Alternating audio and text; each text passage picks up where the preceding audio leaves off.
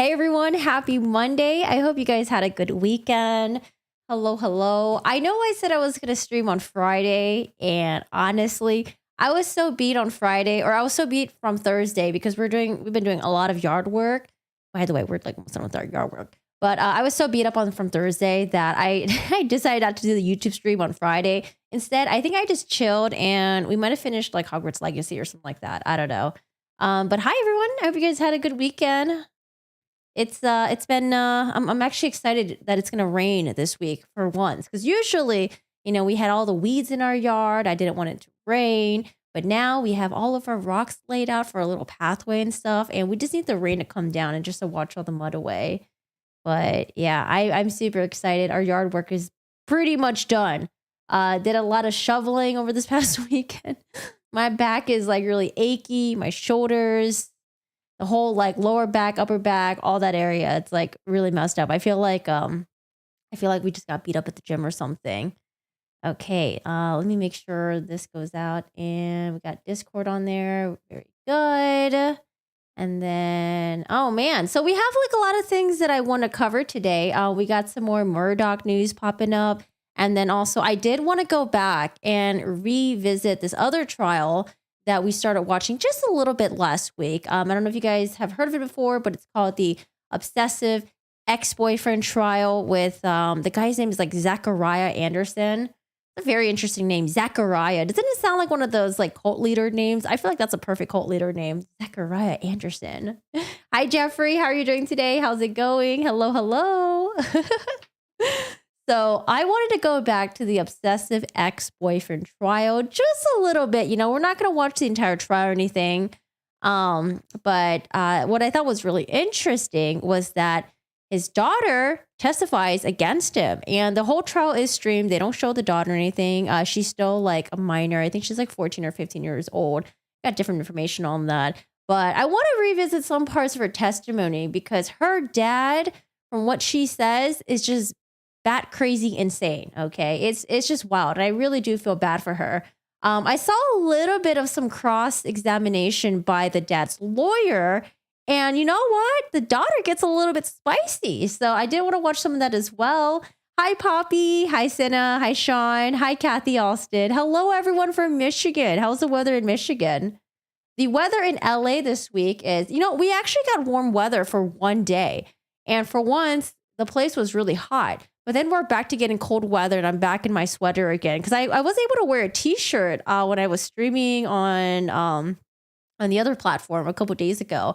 But now we're back to cold weather. It's rainy again, but I'm excited. And then, I want to show you guys, maybe we'll do like a vlog or something, but I want to show you guys an update of what the backyard looks like now. We're pretty much done. Lots of shoveling. We had like a lot of mulch that we had to shovel, and we ordered way too much mulch. We ordered way too much stones as well. You know what? I didn't realize how bad stone shoveling was going to be. I thought it was going to be easy, but I didn't realize how heavy stone is. Like if you get like one scoop of it, it's pretty heavy. But yeah, we're pretty much done with yard work. So I'll let you guys know what the update is with all the weeds and all that. Hi, Cecilia. Hi, Mary. Hello. I hope everyone had a good weekend. What's up, Brandon? How are you? My weekend was just intensive yard work, and then I would reward myself by just kind of chilling. And I downloaded MapleStory because my sister wanted to try the old MapleStory, and that's like a childhood game from like middle school, high school. So I played a little bit of that, and then also I finished Hogwarts Legacy, like the main story. And then we played a little bit of the Sons of the Forest. I'm honestly just waiting for Resident Evil 4 to come out. So looking forward to that. It was 26 in Georgia this AM. Wait, I thought Georgia was getting warmer. Well, I guess like sometimes the East Coast weather is really weird, right? You guys are supposed to be having like, it's supposed to be springtime right now. So sometimes during the springtime, winter decides to make like one last comeback, I guess. Like, bam, come and get you. And and yeah, 26 is like really cold. Thank you all. I went to the beach yesterday in Long Beach. Now it's sprinkling. Oh yeah, it's going to be raining a little bit this week, but I'm excited. I'm getting free water on all of my plants right now. I'm a little bit sad though. I planted a sage plant and it's just getting destroyed by, I don't know who's eating it, but there's like tiny little microbites all over. So that's not fun at all. There's no such thing as too much mulch. No, Taylor, it's a lot of mulch. It's a lot. I'm actually honestly a little bit scared that if you put too much of a thick layer of mulch, it's gonna get like moldy or something. I don't know, but it's pretty thick. It's supposed to be 76 on Thursday. That sounds like good weather. And you know the cool thing about Long Beach is they have like a little section that's dedicated to the dogs. Sorry, we have our trash. I think the trash people are here right now, so the dogs are freaking out a little bit. Give me 1 second.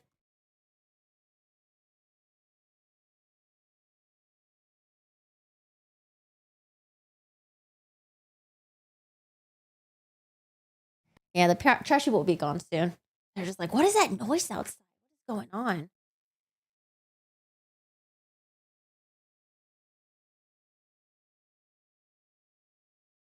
Oh, nice. Stream Element bot running. Stream Elements doesn't really like working channel, but it's okay. Yeah. Rosie's Beach. That's where you can have the little doggies running around and stuff. My favorite place to go for the dogs, though. You guys ever have a chance, check out San Diego. They have this really nice area, it's like a whole beach area just dedicated to dogs running around everywhere. It's like so beautiful. I forgot what the name of it was, but there's many of those beaches there in San Diego. So definitely check it out. So yeah, a couple things. I'm kind of a little bit all over the place today, I think, because there's a lot of things that I added on my watch later list. Some things I already watched, I'm like, ooh, I want to share with y'all. And then some things I watched like halfway, and I'm like, oh, let me stop it here and let's just watch it together. So there's a couple of things that I want to watch today. And let's start off with Buster Murdaugh's statement. So we talked about Buster a couple times last week. I think Buster popped up because initially after the verdict came out, his dad was found guilty.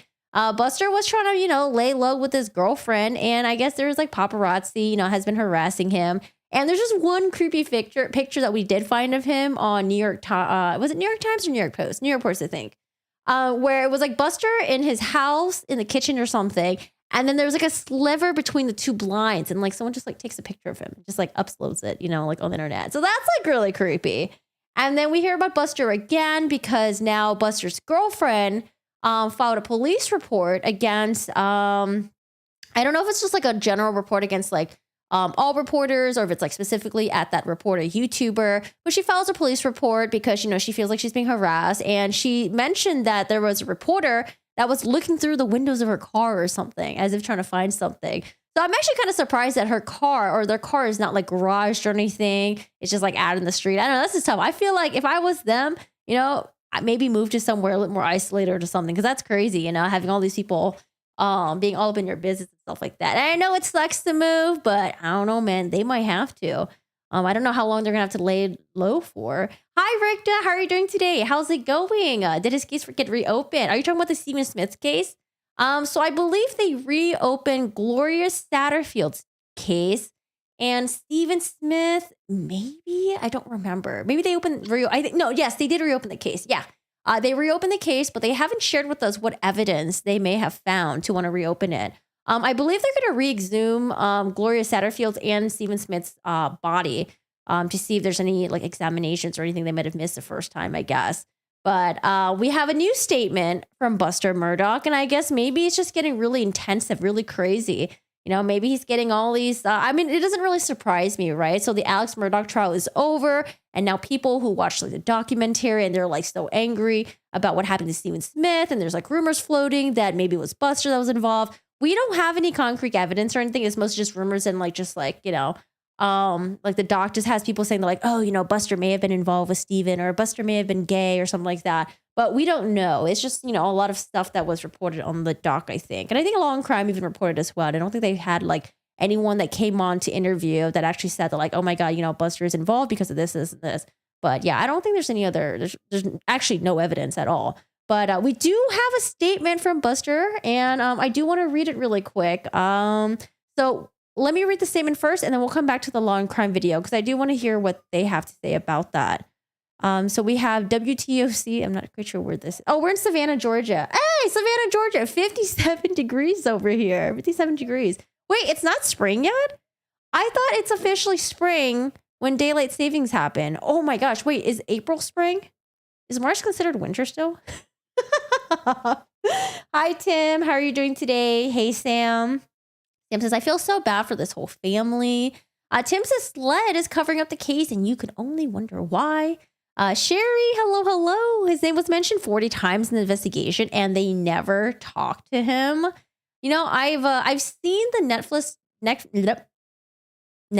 doc, but I haven't seen the HBO one yet. Yeah, today's the first day of spring. Okay, look, there you go. I was correct. Richter says today was the first day of spring. I totally knew that. Yeah.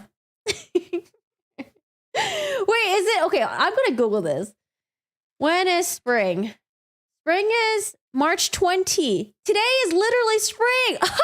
I'm correct. I completely knew that. Wait, when is Groundhog's Day? Groundhog's Day is in February. I promise you guys, I didn't go to school. Wait, okay.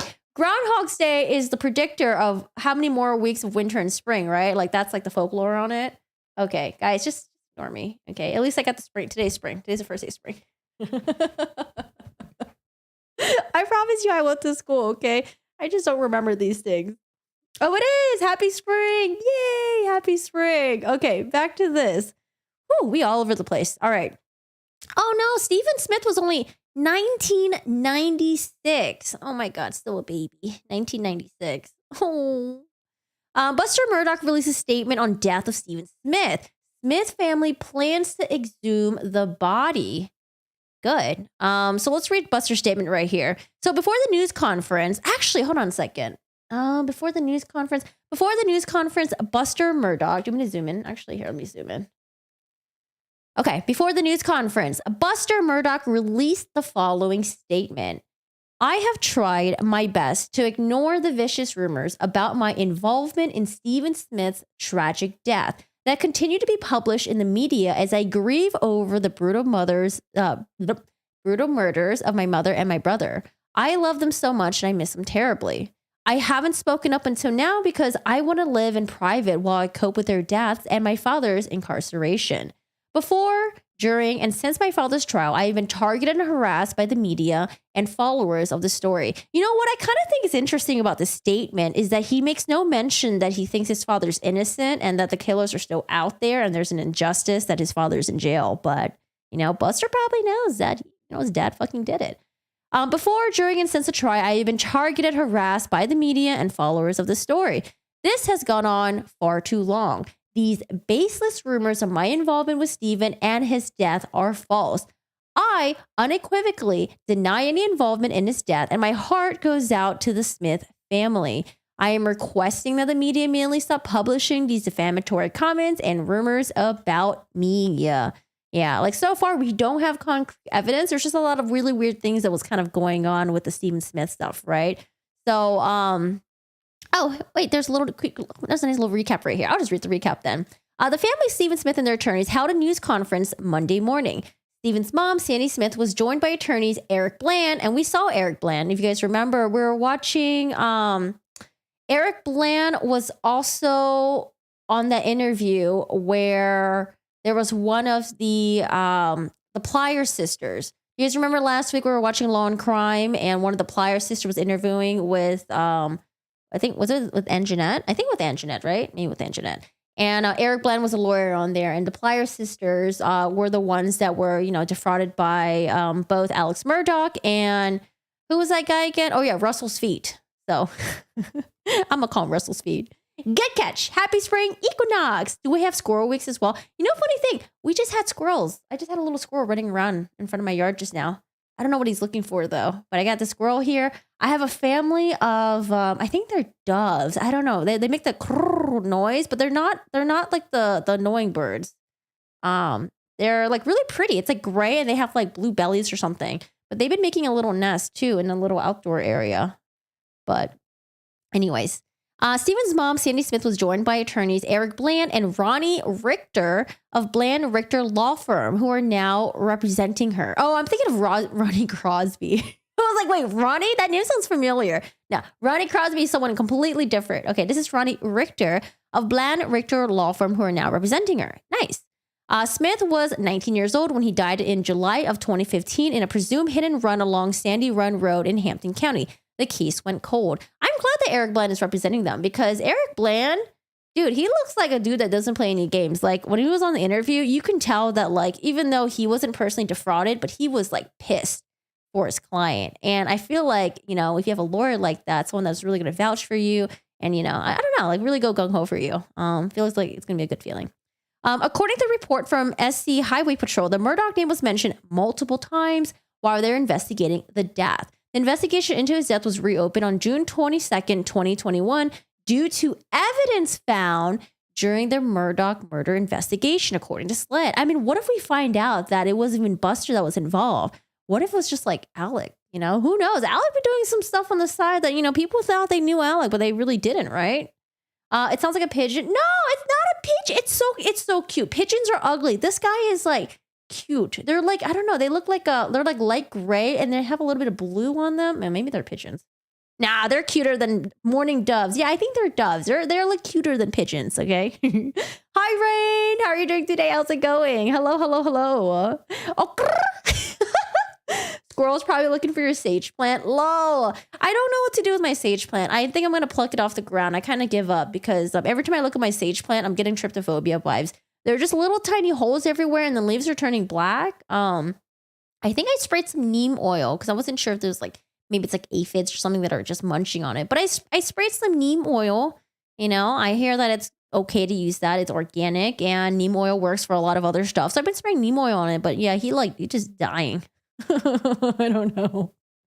Mourning doves are annoying too. Yeah, the previous person that lived here said that they used to shoot like BB guns at like the doves and stuff to scare them away so they wouldn't come back. I don't know. He mentioned something about like how if they make a nest like near the roof area, it's like nasty, dirty, and it invites like rats or something. I don't know.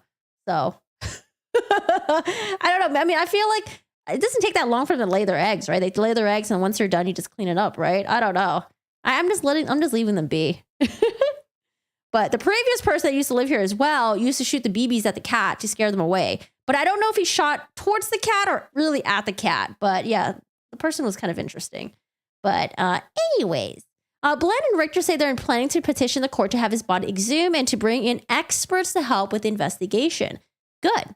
The attorneys and Smith family believe Smith may have been killed in a separate location, and then his body was moved to the spot on Sandy Run Road. Is it going to go over? So they ruled Stephen Smith's death as a like hit and run, but it was kind of weird that he had like blunt force trauma, I believe like on his head area. I forgot, there was a theory that floated around that he might have been hit by a baseball bat as a car drove by and might have hit him or something. I don't know, that was like one theory, but I guess this is another theory that perhaps Stephen Smith was badly beaten, you know, and his body dropped off in a different location. Richter explained some of the reasoning and why he believes they have a chance to prove the court this exhumation is necessary. Quotation mark. We still hire investigators to kind of go back and recreate the steps and look back at the communications like Eric said, see if we can find some fresh new leads. Also, this was in 2015, so there should be a lot of like digital footprint, right? But it kind of has to start with a fresh new look at the body and an independent determination about the cause of death. And as Eric said, it might be that investigation is confirmatory of what has already been said about the cause of death. We don't think that's true, Richter said. The attorneys also plan to file a civil suit at some point, so they have the authority to subpoena phone records, that would be good, and other evidence from people Smith was in contact with leading up to his death. Before the news conference, Buster released the following statement, and that's a statement that I read already. Tim says blood trail did not match the crime scene. Hi, Tim Jules. How are you doing today? Hello, hello. How's it going? That's animal cruelty. Yeah, you see, I like animals. I don't know. I wasn't sure if, I think he just like maybe shot in their general direction. I don't think he would actually shoot them, but you never know. Some people don't give a fuck. Oh my God, such a long hi, everyone. I killed a dove once with a BB gun when I was 12. What? When you were 12? Why'd you have a BB gun when you were 12 years old? Smith was murdered by the older son, I think. Well, that's the rumors that it's like speculating, but there's no evidence so far. But people who watched the doc says that, you know, it's possible that Buster may have something to do with it because people were saying that, you know, Buster was dating Steven or something. But, you know, we don't know. We don't know yet. We'll have to see. I think you caught your flu. Oh no, are you sick now? Yeah, I was a little bit sick last week. And you know, it wasn't bad. The sleep was bad because it made my throat really dry and it hurt to swallow. But during the daytime, I was fine. I was functional. Morning doves eat all the bird seed and other birds miss out. I was actually going to build a little bird feeder, but I don't know if is it good to have birds in your yard? Do birds have any benefit? I know they eat worms, which is, we like worms, right? Especially in our soil. Birds poop everywhere. We don't like the poop, right? And then birds potentially could carry like weed seeds with them and drop in our yard. Do birds have any like positivity? Like, should I put a bird feeder out there or no? Because like when I used to live in an apartment, my place used to have a bird feeder out. And it was kind of nice to see all the birds like hanging around and stuff because like they make nice loud noises and stuff. They sing and all that. But I don't know if we want birds in our yard if there's not going to be. Yeah, right. They're cute to fun and watch. Yeah, that's the only benefit. But are there any other benefits?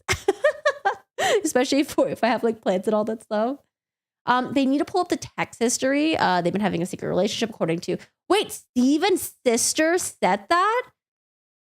Was that on a doc or something? What was that on? Because I haven't seen. Maybe I'll just watch the HBO doc then because I haven't seen that one yet. Yeah, you're feeling it now. Oh. So the throat is sore, and then stomach. Oh no! Birds, they carry mites. Oh, the poop is nasty. Ooh, ooh, ooh, ooh.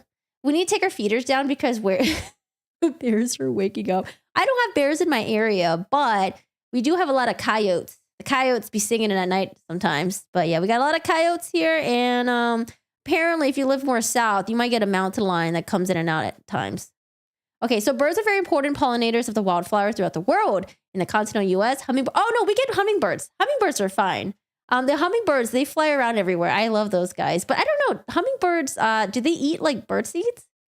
So we get like a lot of crazy birds here. We get the hummingbirds are the fun ones, right? And then I'm assuming those are the doves. But we get a lot of crows, like big, fat, juicy crows. There's literally crows that will sit on the telephone pole, and they're like the size of Steve. I don't know. This motherfucker's scary. Okay. He's not a hawk, so I'm pretty sure he can't kidnap our dogs, but this guy is huge. They're so scary. I'm sorry. We're just weaving in my personal life with this right now. Because I was complaining about yard, because we did yard work this past weekend. That's why. And I'm getting like new visitors coming in and out. So I love crows. They look cool, but they're just scary. Magical birds. No, it's a nectar. Oh, you can make a homemade recipe online. Oh, birds are beautiful. Don't get me wrong. We get hummingbirds. Yeah, I love hummingbirds. Depending on the birds, though, shallows and such eat cluster flies and blood-sucking bugs. Wait, question. Who eats aphids? Because I don't know, man. I got this rose bush, and the aphids are destroying it right now. And I keep spraying it neem oil, and I feel like it's not really doing anything. Sugar water type recipe for hummingbirds. You can get feeders, I suggest. Ooh, okay. The squirrels will steal a lot of the seeds, though, if you don't mind. I don't mind squirrels. I don't mind animals. I just don't want them to come in and like mess up the plants. That's it. I'm trying to befriend crows so they can bring back money as gifts. Yeah, watch me become like a bird watcher now. I'm like, right now I'm a cat watcher because we get cats coming into our yard. And then I'm trying to figure out who's a little hole digger. He hasn't popped up recently. So trying to figure if it's like a groundhog or gopher or anything like that. All right, so I read this article over here. I did want to go watch the Law and Crime. So they read the statement, which I've already done. I do want to go back to Law and Crime because they do have a little bit of things to say. All right, the audio's good. And attorney Joe Tamburino. Whoops, I have my speakers on. Whoops, the daisy. No.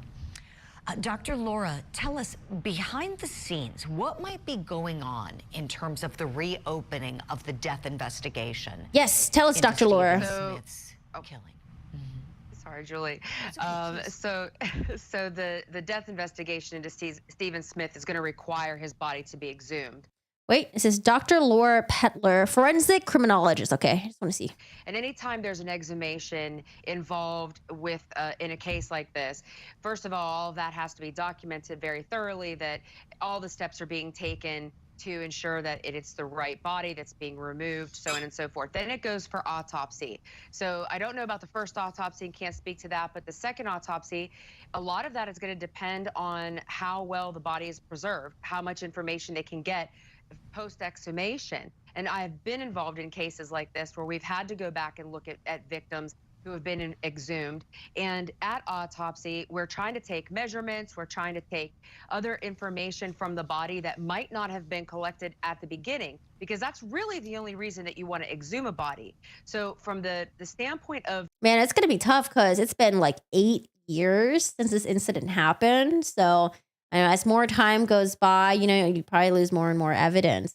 Someone mentioned you can get a praying mantis. Yeah, Ricta, you can get a praying mantis to take care of the aphids. So Home Depot sells praying mantis and ladybugs. Should I buy them? I was really sad that Home Depot sell like little they put the little ladybugs and stuff in a container, right? And they put breathing holes on top. But the stupid Home Depot display stacks them on top of each other. So all the ladybugs are clustering at the very top where there's air coming through. And I felt like they're all dying. So I like reorganized the Home Depot shelf. And then the workers were probably looking at me like I was crazy. But I was trying to make sure they had like enough air. I don't know. It was so sad. Poor little ladybugs. evidence on the body, that's that piece. The other pieces are the multidisciplinary aspects of this investigation, primarily the victimology. The victimology is oftentimes, it leads to the smoking gun of who would want to potentially hurt the victim and why that person would need to be dead in order for an offense. Oh, is that Stephen Smith's sister that you mentioned earlier? Joanne says, I think the Buster connection is a really long stretch. Yeah, I'm just like, until we get some concrete evidence, I'm just taking it with a grain of salt. It's just like, okay, interesting. You just have a little cloud up here, which is like, okay, interesting. And then once you get some concrete evidence, you might get a thunderstorm. Offender to benefit. So looking into Laughing at my stupid analogies. and really building that up, that would be the core of my investigation. And then I would use everything else to plug in and compare to the victimology, using that as the litmus test. And that's really going to get to the manner of death. That's going to solve for manner of death. Did Stephen Smith's family make any comments about Buster Murdaugh at all? I'm assuming not, right? Because it wasn't reported in the article. Was it an accident, or is there some kind of foul play involved? So it's quite complex, and it will take a long time if it's done properly. I feel so bad for Stephen's mom. She's been through hell. Yeah, I mean, like her son dies at a very young age, doesn't know what happened. It's like no answers or anything. So that's like really tough. Bug wars. Well said, Dr. Laura. Thank you for that. Joe Tamburino, I would think investigators would want to talk to Alec Murdaugh about this. We know that he was... Do they, though? I don't know, man. That mother effer is just going to keep on lying. I don't know if there's any point even talking to Alex Murdaugh about this. What's he going to say, One of the first people there at that crime scene, and why? Joe, what might that look like now that he's in state prison? Do you think it's possible, though? Do you think it's possible that the reason why Alex Murdaugh was at the crime scene was because he was hungry for more money? So he wanted to contact the victim's family and be like, hey, I'll represent you. There must be some malfeasance going on here. Like, maybe, I don't know. I wonder if he just showed up at the crime scene just hoping to, like, squeeze money out of the Smith family. And then later on, people are like, oh, my God, Alec Murdaugh showed up at the scene. He must be involved. His family must be involved. Maybe he's covering for Buster. But I wonder if he just, like, showed up because he was just trying to see if he can squeeze any money out of them, file some, like, death stuff, like insurance fraud or something like that. Obviously going to continue fighting this case, continue with the appellate process. But how might that look if investigators want to talk to him? Useless. Well, I would imagine he's not going to talk. I mean, right now, he's presumably going to serve the rest of his life in prison. He's doing his appeal, but I don't see a reason why he would talk. Perhaps to make sure that his son is not implicated in this, perhaps. But if he doesn't have any information on it, I don't see why he would talk. However, the situation with... True. And then remember how much Alex Murdaugh tried to protect his friend Russell Lafitte during trial. He was like, oh, Russell's not involved. Or, if I was doing the misdeeds, Russell didn't know. It's like, okay, Russell was convicted like months ago. It's over for him. Buster, here's what I'm wondering about. Yes, there's... So he's probably going to do everything he can to protect Buster, whether or not Buster is or not involved. A lot of speculation that these two kids knew each other, but so far we've received no evidence of that. True. There's been no social media evidence, texting, emailing, nothing like that. Well, nothing uncovered yet, but yeah, true. The death happened in 2015. That wasn't that long ago. Of course, we had Facebook by then. Of course, we had many ways that young people communicate with each other. So we really don't even know if these... It cut off. What? I think a lot of information I don't know. It cut off. Bad internet connection, guys. needs to come out On his that end. issue. Appreciate it, Joe. We'll leave it there for now, but of course we're going to continue following any developments we hear in the death investigation to Stephen Smith's death. All right. Oops, sorry. Anime music on here. So we have that, and let's see. So Buster Murdaugh, what did I miss? Hey, how are you doing today? So far, I just want to talk about the Stephen Smith case a little bit. The family did a press conference. They're planning on exhuming his body. They're also going to be represented by Eric Bland, and Eric Bland also represented one of Alex Murdaugh's financial victims. If it's the same Eric Bland, I'm assuming it's the same Eric Bland. So we covered that, and then let's talk about. There's this video that popped up that I thought was really interesting because we've been wondering the same thing.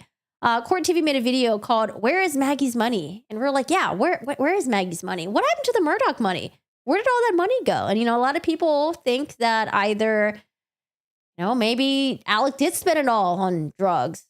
A lot of people don't believe it though. A lot of us think that, maybe there's like some money funneled somewhere off in the offshore account or something like that, But yeah, where's all that money? Where did all that money go? We do know that a lot of money is probably going to go to Harpootlian and Jim Griffin, but still a lot of money that Alex Murdaugh stole from people.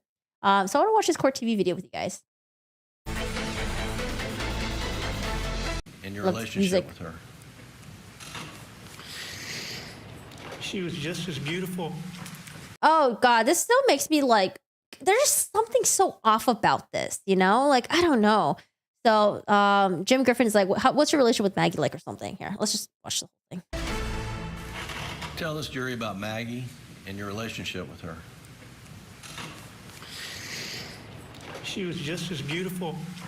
Like, I don't know, that weird, like he was like amping up to like saying, I don't know. It was just, I don't know. Everything just seems like so fake with him, He was just like amping up to like get a response and like trying to be very dramatic and Inside. And he's like shaking his head and he's like, I don't know. It's just weird body language to me. I'm not a body language expert, but.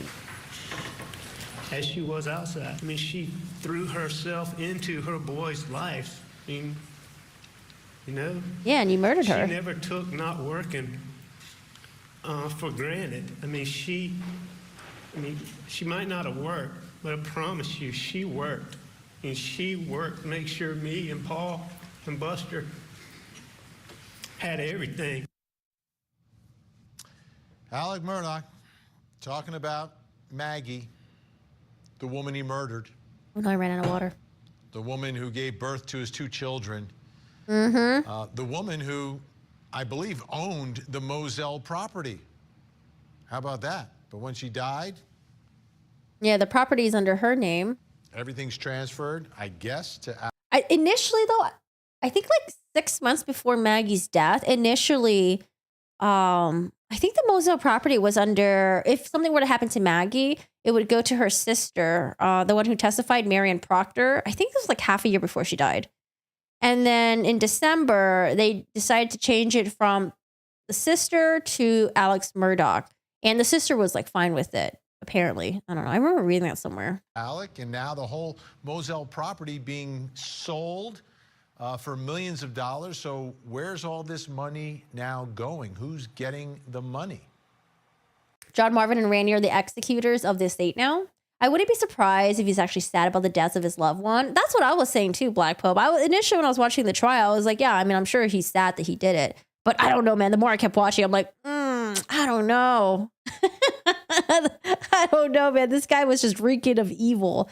But I'm sure he regrets it now because he's getting in trouble for it, right? Everything just went south for him. Nothing went his way. Let's take a look. It's fascinating to watch because this is a big part of this story, because you look back at Alec Murdaugh and it seems like everything he did was motivated by money, money, money, but now it looks like the money's going the other way. Finally, right? $6,511.52 to Laura Jones, a creditor, has a claim against the estate. $530,000 to Buster, who is the surviving. Sorry, hold on a second. I was distracted for a second there. The other way. Finally, right? $6,511.52 to Laura Jones, a creditor, has a claim against the estate. $530,000 to Buster, who is the surviving son. $290,000 will be used by John Marvin to pay the estate's outstanding legal fees. $100,000 goes to attorney Joseph McCulloch, who represents boat crash victim Connor Cook. $25,000 to Palmetto State Bank, which has a claim against the estate. And the remaining funds going to Mark Tinsley, the attorney, obviously, on behalf of the three other parties. Nice. Okay. Because you know what, we're wondering, there was a settlement that happened right before the trial happened. They settled with Mallory Beach's family, and we were like wondering, I wonder how much money they got. From the boat wreck, Morgan Doherty, Miley Altman, and the estate, of course, of Mallory Beach, who lost her life in that boat wreck. So there's the breakdown. Let's bring in some guests to get some clarity on all these financial issues, which have really kind of been lingering and very mysterious, like who owned and who's buying and who sold. Yeah, it was really weird, Ray. So Ray says, well, he never really talked about his relationship with Maggie and Paul. Only described what they were like. Yeah, it was like kind of weird because you would describe how your interaction with them were, right? But he was just describing like them, like individually, like as he's, I don't know, it just feels really detached to me. So I would have been like, oh my God, like the time that Dennis did this for me, he would do that for me. And like, we would do this together. And like, just love the way that he smelled and stuff like that. But yeah, I don't know. It was just really off to me. The daughter lied many times during her testimony. So did her mother. Wait, Hayden, who are we talking about? The daughter lied so many times. So did her mother. Who are we talking about? AM has a trust fund from his father's death money. Oh yeah, I forgot because Randolph. Well, actually, I don't know. Maybe. Well, I guess it would have maybe gone to his mother, but his mother also, can't really take care of herself. Interesting. AM has a trust fund that from his father's death, and nobody can touch it, and he cannot either. It will be passed on to Buster as well. I have this feeling that either Randy or John Marvin involved with Steven. Ooh, not Buster. Hey, Melissa, how are you doing today? The Moselle property. Joining me tonight in Columbia, South Carolina, attorney, host of... Oh, this is Eric Bland. We were just talking about Eric Bland. So I think he's also representing Stephen Smith family. I'm assuming it's the same guy. The Cup of Justice podcast. Eric Bland is back with us. And hi, Eric. Attorney Joe McCulloch, who also represented Connor Cook, as you heard, in that civil case. Joe, let me start. Nice. And just a little recap. So it seems like what was happening was all the friends said that Paul Murdaugh drove the boat and caused the crash. But then when Paul called his grandfather and his dad, it seems like the grandfather and the dad, Alex Murdaugh, were trying to tell everyone to not talk to police. Meanwhile, they're concocting a story saying they're like, oh, it was Connor Cook that drove the boat, not Paul. Start with you. I'm looking at all of this. First, did we get it right? Number one. Number two, how complicated is the financial world of Alec Murdaugh and the estate of Maggie Murdaugh in trying to figure out where the money is, how much there is, and where it's all going? Well, it's impossibly complicated.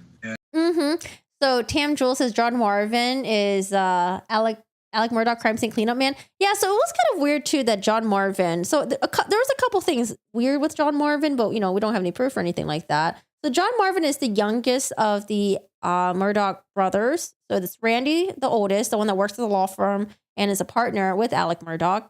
And then Murdaugh is in the middle, Alex. And then the youngest is John Marvin. Now, Randy didn't testify at the trial, but John Marvin did. John Marvin testified for the defense.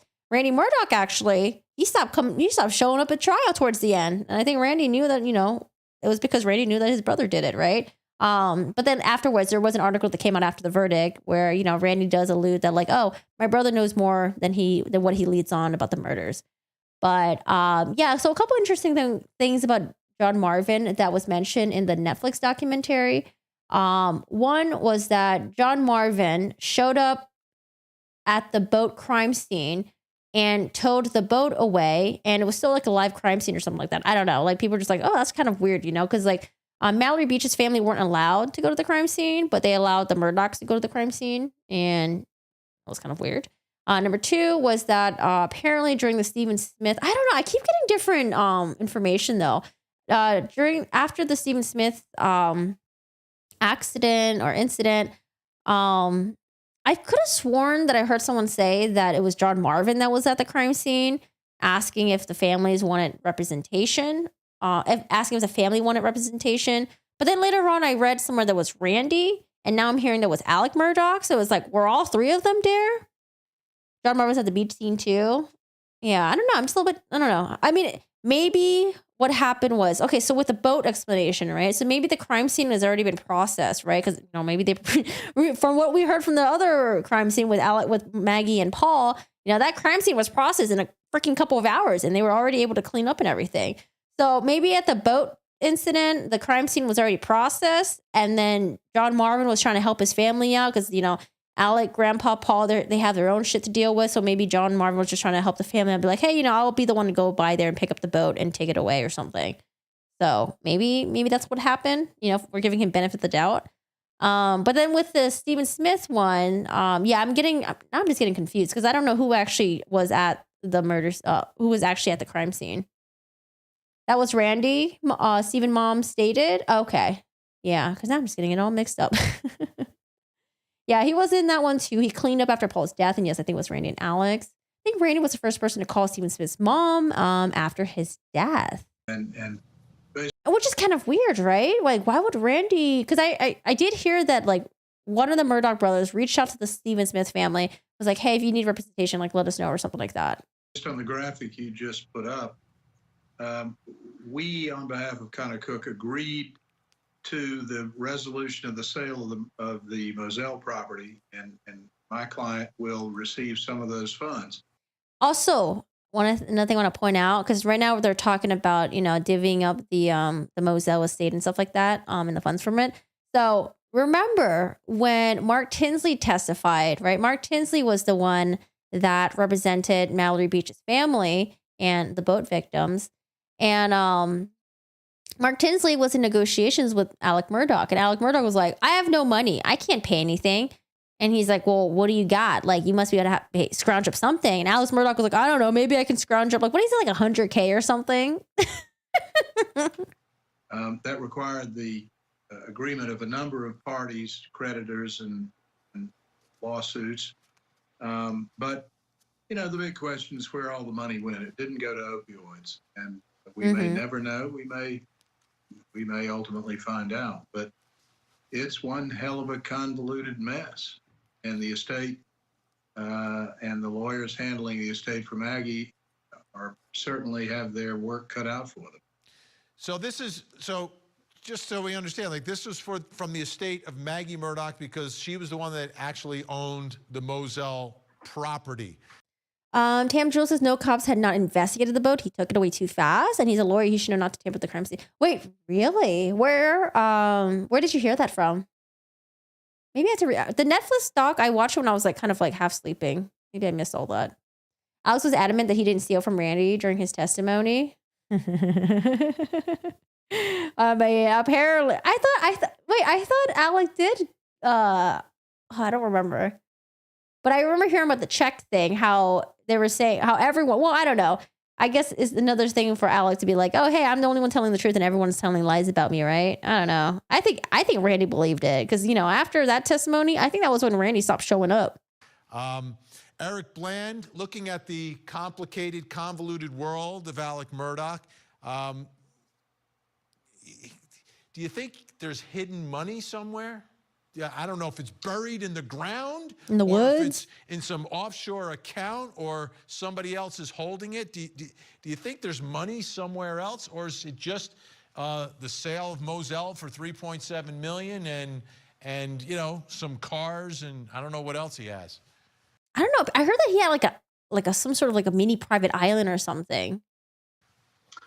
No, I do think there is money somewhere. Obviously, there was over $8 million stolen from clients. Plus, he had legitimate income of deep seven figures for many years.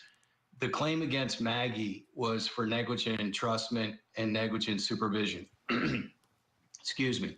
And so Mark Tinsley made a decision that he wanted to resolve that claim so that when he goes forward in his trial in August, the people who are sitting at the defense table are Alex Murdaugh, if he's going to show up. If not, he's in absentia, and the Parker convenience store.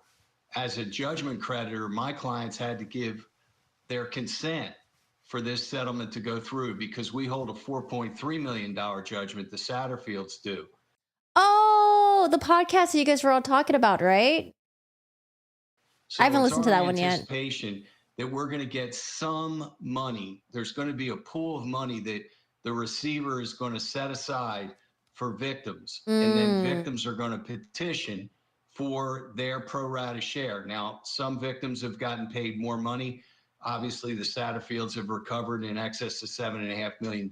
So I'm going to have to make a showing that they're entitled to more. There's other victims that may have not gotten dollar for dollar. So it hasn't ended yet. Obviously, Alex still has a lot of money. Don't forget, he was a trust fund baby after his father died. His father left a substantial trust How for much? 4 children, and that money under South Carolina law is untouchable. So we're not going to wait for Alex. Even for a murderer? Yeah, he can't profit. He Did can't he? profit. So if he wants to sell movie rights or books or whatever, there's a number of us that'll be standing in line saying, thanks a lot. Appreciate you doing that. Now hand over the money. I suspect that Harpootlian and Griffin are going to do something that will get around that. But there's a lot of things that are going to come down the pike. All right. Joe McCulloch, we have like 15 seconds. Anything you want to add? Because we're a little short on time tonight. Oh, cool. Yeah, thanks for sharing. Yeah, if you know any other information like that, feel free to share with me. Good to know. No, it's just going to be interesting from here on out. This story will never end. No, it's not. It's not. There's so many. What a tangled web we weave. Indeed. Vinny. Isn't that what Alec Murdaugh said? And then Judge Newman was like, what did you mean by that? Or did he say like a web of lies? I remember Judge Newman asked something about like a web of something. And he was like, what did you mean by that? Vinny, I want to let you know I am going to be assisting Sandy Smith in the exhumation of that, getting a court order. Fantastic. We're going to talk to you Monday. Sandy's going to be on Monday. We'll get you back on Monday if you're available. And I hope your knee's feeling good. I don't think they have the interview he's saying he's going to be on the interview today. So maybe later on today we'll watch it together. I ran out of water. Let me go get some water really quick. I will be right back. All right, guys, get up, stretch, get some water, and we'll continue with the rest of this.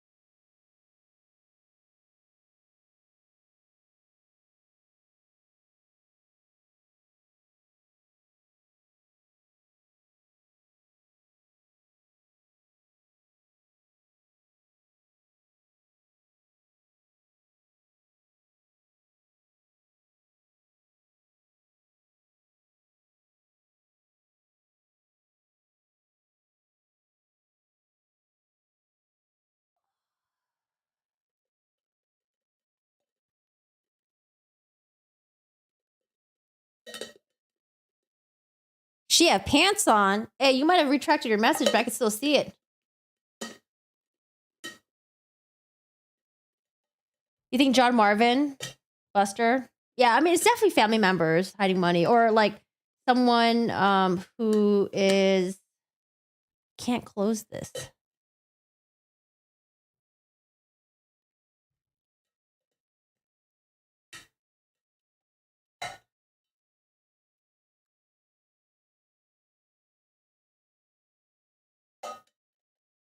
I can't tell if you're asking to be funny, if you're asking to be weird.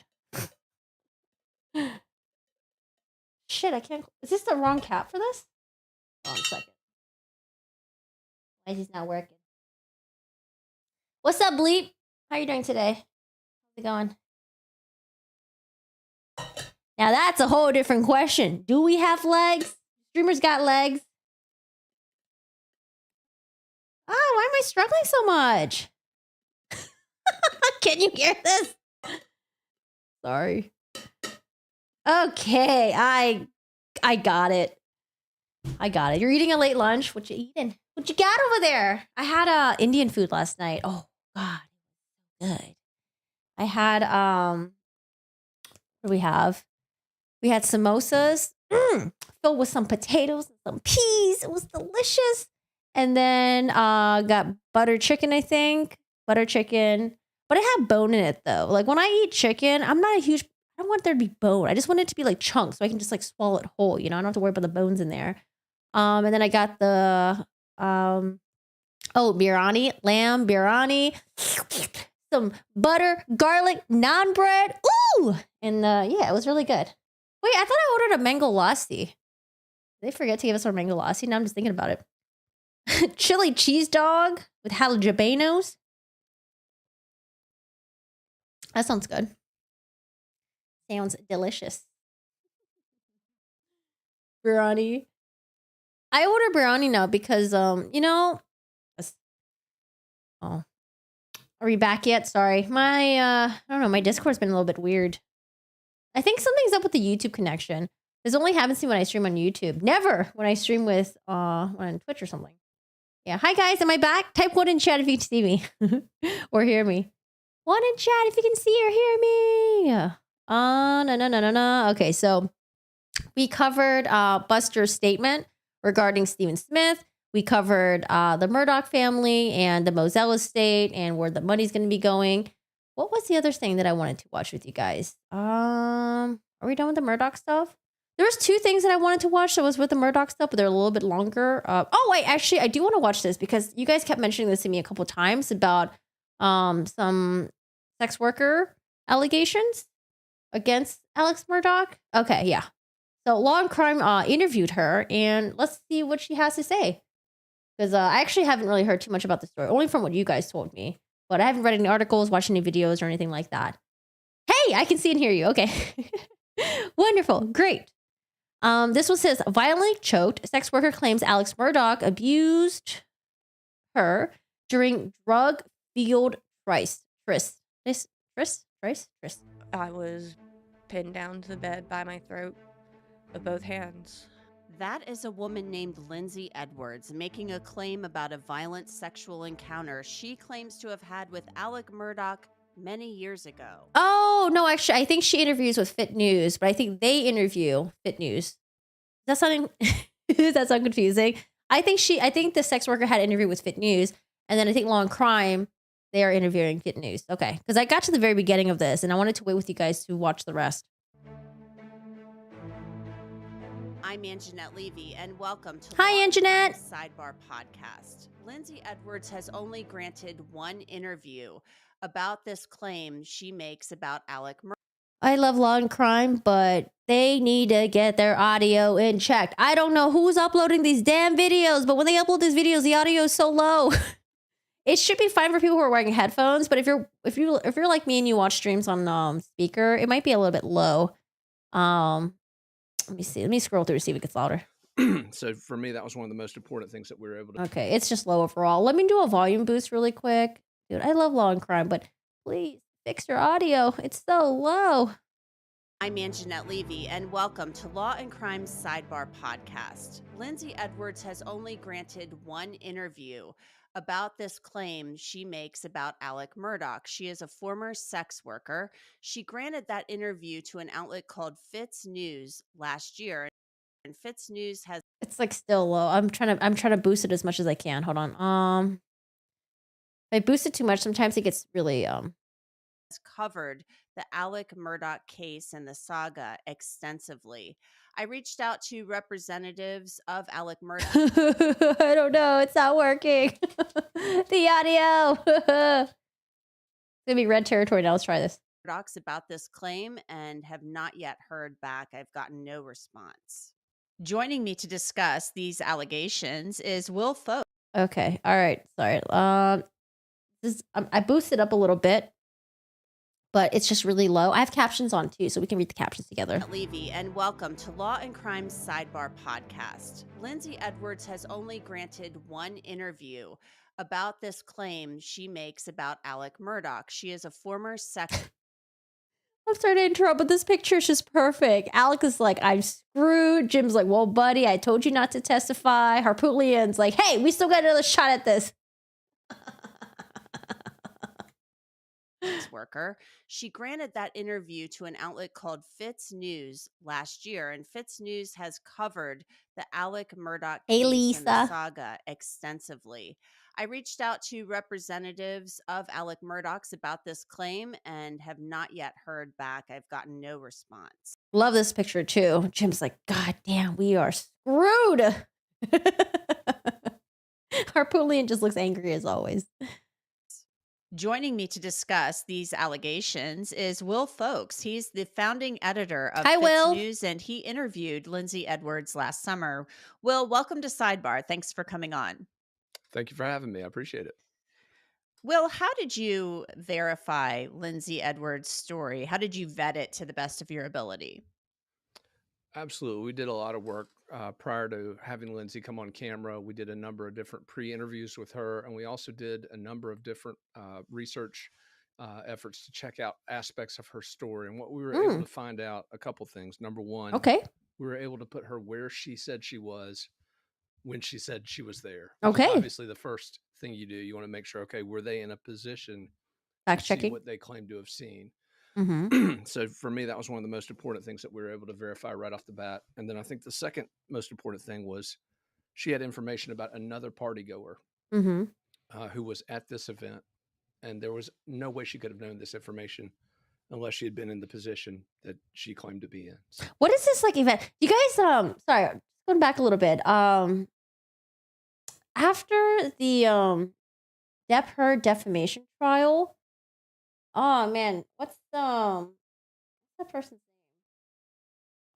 Harlow and House and Habit. Got it. House and Habit. Remember, like House and Habit was covering some really crazy stuff about like Amber Heard's past and like the drug parties, the sex parties, and stuff like that. I don't know. Did anyone ever catch up with that? I completely forgot about it. I just remembered it. I gotta go back and read those. That shit was crazy too. A lot of crazy stuff, digging into people's skeletons stuff. Julie, I have this feeling that more and more is going to come out. I feel like the skeletons in the closet are so deep. Sex worker doesn't equal liar. Yes, both. Absolutely doesn't equal that. Sex parties are huge for folks with money. Hello. What? He spoke up. Hi, Ragtime. How are you doing today? Buster made a statement about Stephen Smith case. And what else was there? And then we covered Maggie Murdaugh's money and how the money is going to get divvied up between everyone. So those were two of the things that we initially were able to find regarding her story that corroborated it. But again, the biggest thing for me was just listening to her. I mean, just listen to her. And the way that she approached it, the way that she sort of, you could watch her reliving it during the interview. And the other thing that I think is amazing about Lindsay is the fact that she's not focused on Alec Murdaugh. She's not focused on, fame or money. She's focused on this issue of human trafficking. And I think the way that she's handled herself throughout this process speaks volumes about her motivations. She's the one who does the Murdaugh Murder podcast, the true crime podcast. I've been investigating him for years now. Mandy Matney and Liz Farrell do videos. For coming forward. You said listen to her. So let's take a quick listen to a clip from your interview. He seemed like a really nice person, but I was violently choked with both hands, like being pinned down to the bed in a way by my throat. And it was to the point where I couldn't breathe. By him. By him. By Alec Murdaugh. Yes. So, Will, how did you even come to realize that Lindsay Edwards existed? I mean, how did you get on to her story? Good question. Oh, well, she was on TikTok. I mean, we saw her on TikTok like everyone else. And, our first instinctive response was, okay, this is crazy. This is somebody trying to get some fame off of this story and didn't really, I'll be honest, believe it right off the bat. And it took our research director initiating contact with Lindsay. Jen Wood, by the way, is our director of research. And Jen had one conversation with her and said, "Hey, I think this girl's telling the truth." Um, I had a conversation with her at that point. I also believed that she was telling the truth, and at that point, we started doing our due diligence on again checking to verify as much as we could about her story. Oh man, so I'm going to randomly interrupt. Is that a printer he's got in the background? I'm so jealous. I want a printer so bad, but the cartridges are so expensive. Hi, So Kim. you interviewed her. You believed she was credible. Uh, you know, one thing that I find interesting is the fact that throughout the Alec Murdaugh trial, when he stood trial for the murders of Paul and Maggie, was the fact that he was repeatedly painted by the defense as a family man, someone who loved his family. Mm. We only heard one mention during cross-examination. Well, actually, one mention during direct examination outside the presence of the jury when Marion Proctor was on the stand, that there was possibly an affair 15 years ago. That was the only mention of any possible infidelity or anything that was mentioned in the trial. Yeah, apparently it was like, did they mention it at the trial? It was like possibly an affair that he had with someone that used to go to the same, was it like law school or something as him? So Alec Murdaugh gets up on the stand. To me, this seems like perfect fodder for cross-examination. So this would dispute or dispel the image of the family man who loved his family and, was devoted to them. These I mean, it's already been dispelled, but allegations are pretty incendiary. Mhm. Well, I mean, and let's be honest. There were a lot of different things that could have been invoked by the prosecution to dispute or to counter and to erode that family man persona. It wasn't just Mhm. Lindsay's story. There were a lot of different stories that I think Mhm. they could have told had they wanted to. Why did they make the decision not to go down that road? I don't know. I think Oh wait, what are the other stories? it was a decision that was made during that cross examination, or rather, during the examination of Alec Murdaugh by Creighton Waters. I think he made that decision while he was examining him. I don't think it was something that was a decision that was made ahead of time. I think Waters felt he'd gotten enough from Alec Murdaugh during that exam that he did not have to go there, because I think there are risks to going there. If you feel like you've done damage, if you feel like you've eroded a witness's credibility, and I think Mhm. Waters did that. I think he did it masterfully, as a Mhm. matter of fact. And I think the prosecution, for whatever reason, felt this was just not ground that they needed to go into. Lindsay Edwards' attorney, I reached out to her and she told me that her client has been interviewed by SLED, the South Carolina Law Enforcement Division, about the claims that she made. She doesn't know what came of that. I reached out to SLED and the spokesperson there said she didn't have anything to say about this. What do you expect to come of this, if anything? Because this is somebody who's saying she was trafficked, that she was trafficked to Alec Murdaugh. I'm assuming she was trafficked to other people too. She had a madam. So, is there anything that you see coming from what she claimed? Well, I hope so. And I think the first thing that we've seen, at least on the activity that we've been tracking, there are some individuals related to this alleged network that are, at the very least, no longer active. Okay. And so I think that there are individuals that are tied to her particular experience. And again, I'm not sure whether that's directly tied to the Murdaugh allegations. For those of you guys who listened to the original video, when did she say this happened? Does anyone know? Or just this general trafficking issue, but we know of at least True. Strip clubs are such a waste of money. 2 different individuals who were alleged to have been a part of this that are no longer active in this trafficking endeavor. And so that's, I think, a positive outcome. And what she's been focused on from the beginning, again, to her credit. I mean, this is a woman that we literally had to twist her arm to pay for her hotel bills.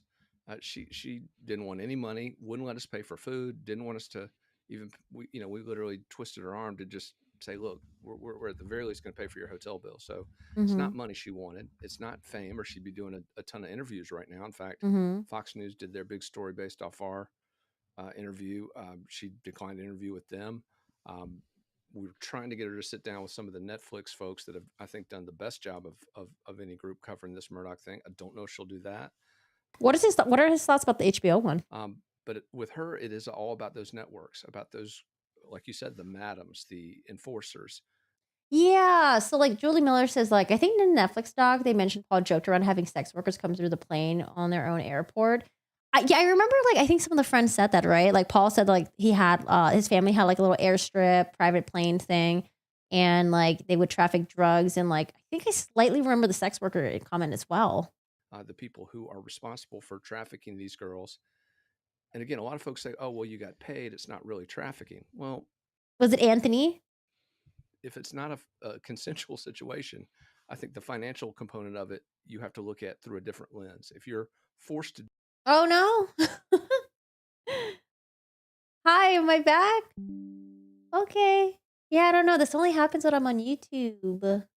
Ooh, hi guys. I'm sorry about that. It's just a quick little blip here. I'll rewind it just a little bit in case you guys missed. Which to me lends credence to her story. Again, if it was someone trying to get paid, somebody trying to get famous, somebody trying to do all these other things, I would say those are major red flags. But that has not been her approach to this from the. Does anyone here have a connect with Law and Crime? Can y'all reach out to Law and Crime and tell them to boost their audio up a little bit when they do their sidebar stuff? Please. Beginning, and it's not her approach today. You know, you have your finger on the pulse. I mean, you guys were always breaking stories down there in South Carolina on the Murdaugh saga. Do you expect anything more to come of this? Obviously, we have the financial crimes. I don't trials. Those know. are Seems next like on the it. docket, but will there be more to come, or do you think that this is it? Well, I hope it's not it, because I think this guy was involved in a lot broader range of criminal activity than just the financial crimes or the double homicide. I think we've got obstruction of justice. Yeah, I have a Chrome extension that boosts the audio, but so low that it's not really doing much. So I don't know.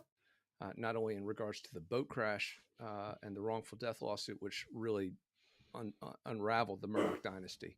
The double homicide is when the nation started paying attention to this story, but it was the boat crash back in 2019 that really that was when this dynasty started to collapse, and those were really when the seeds that led to the double homicide were planted.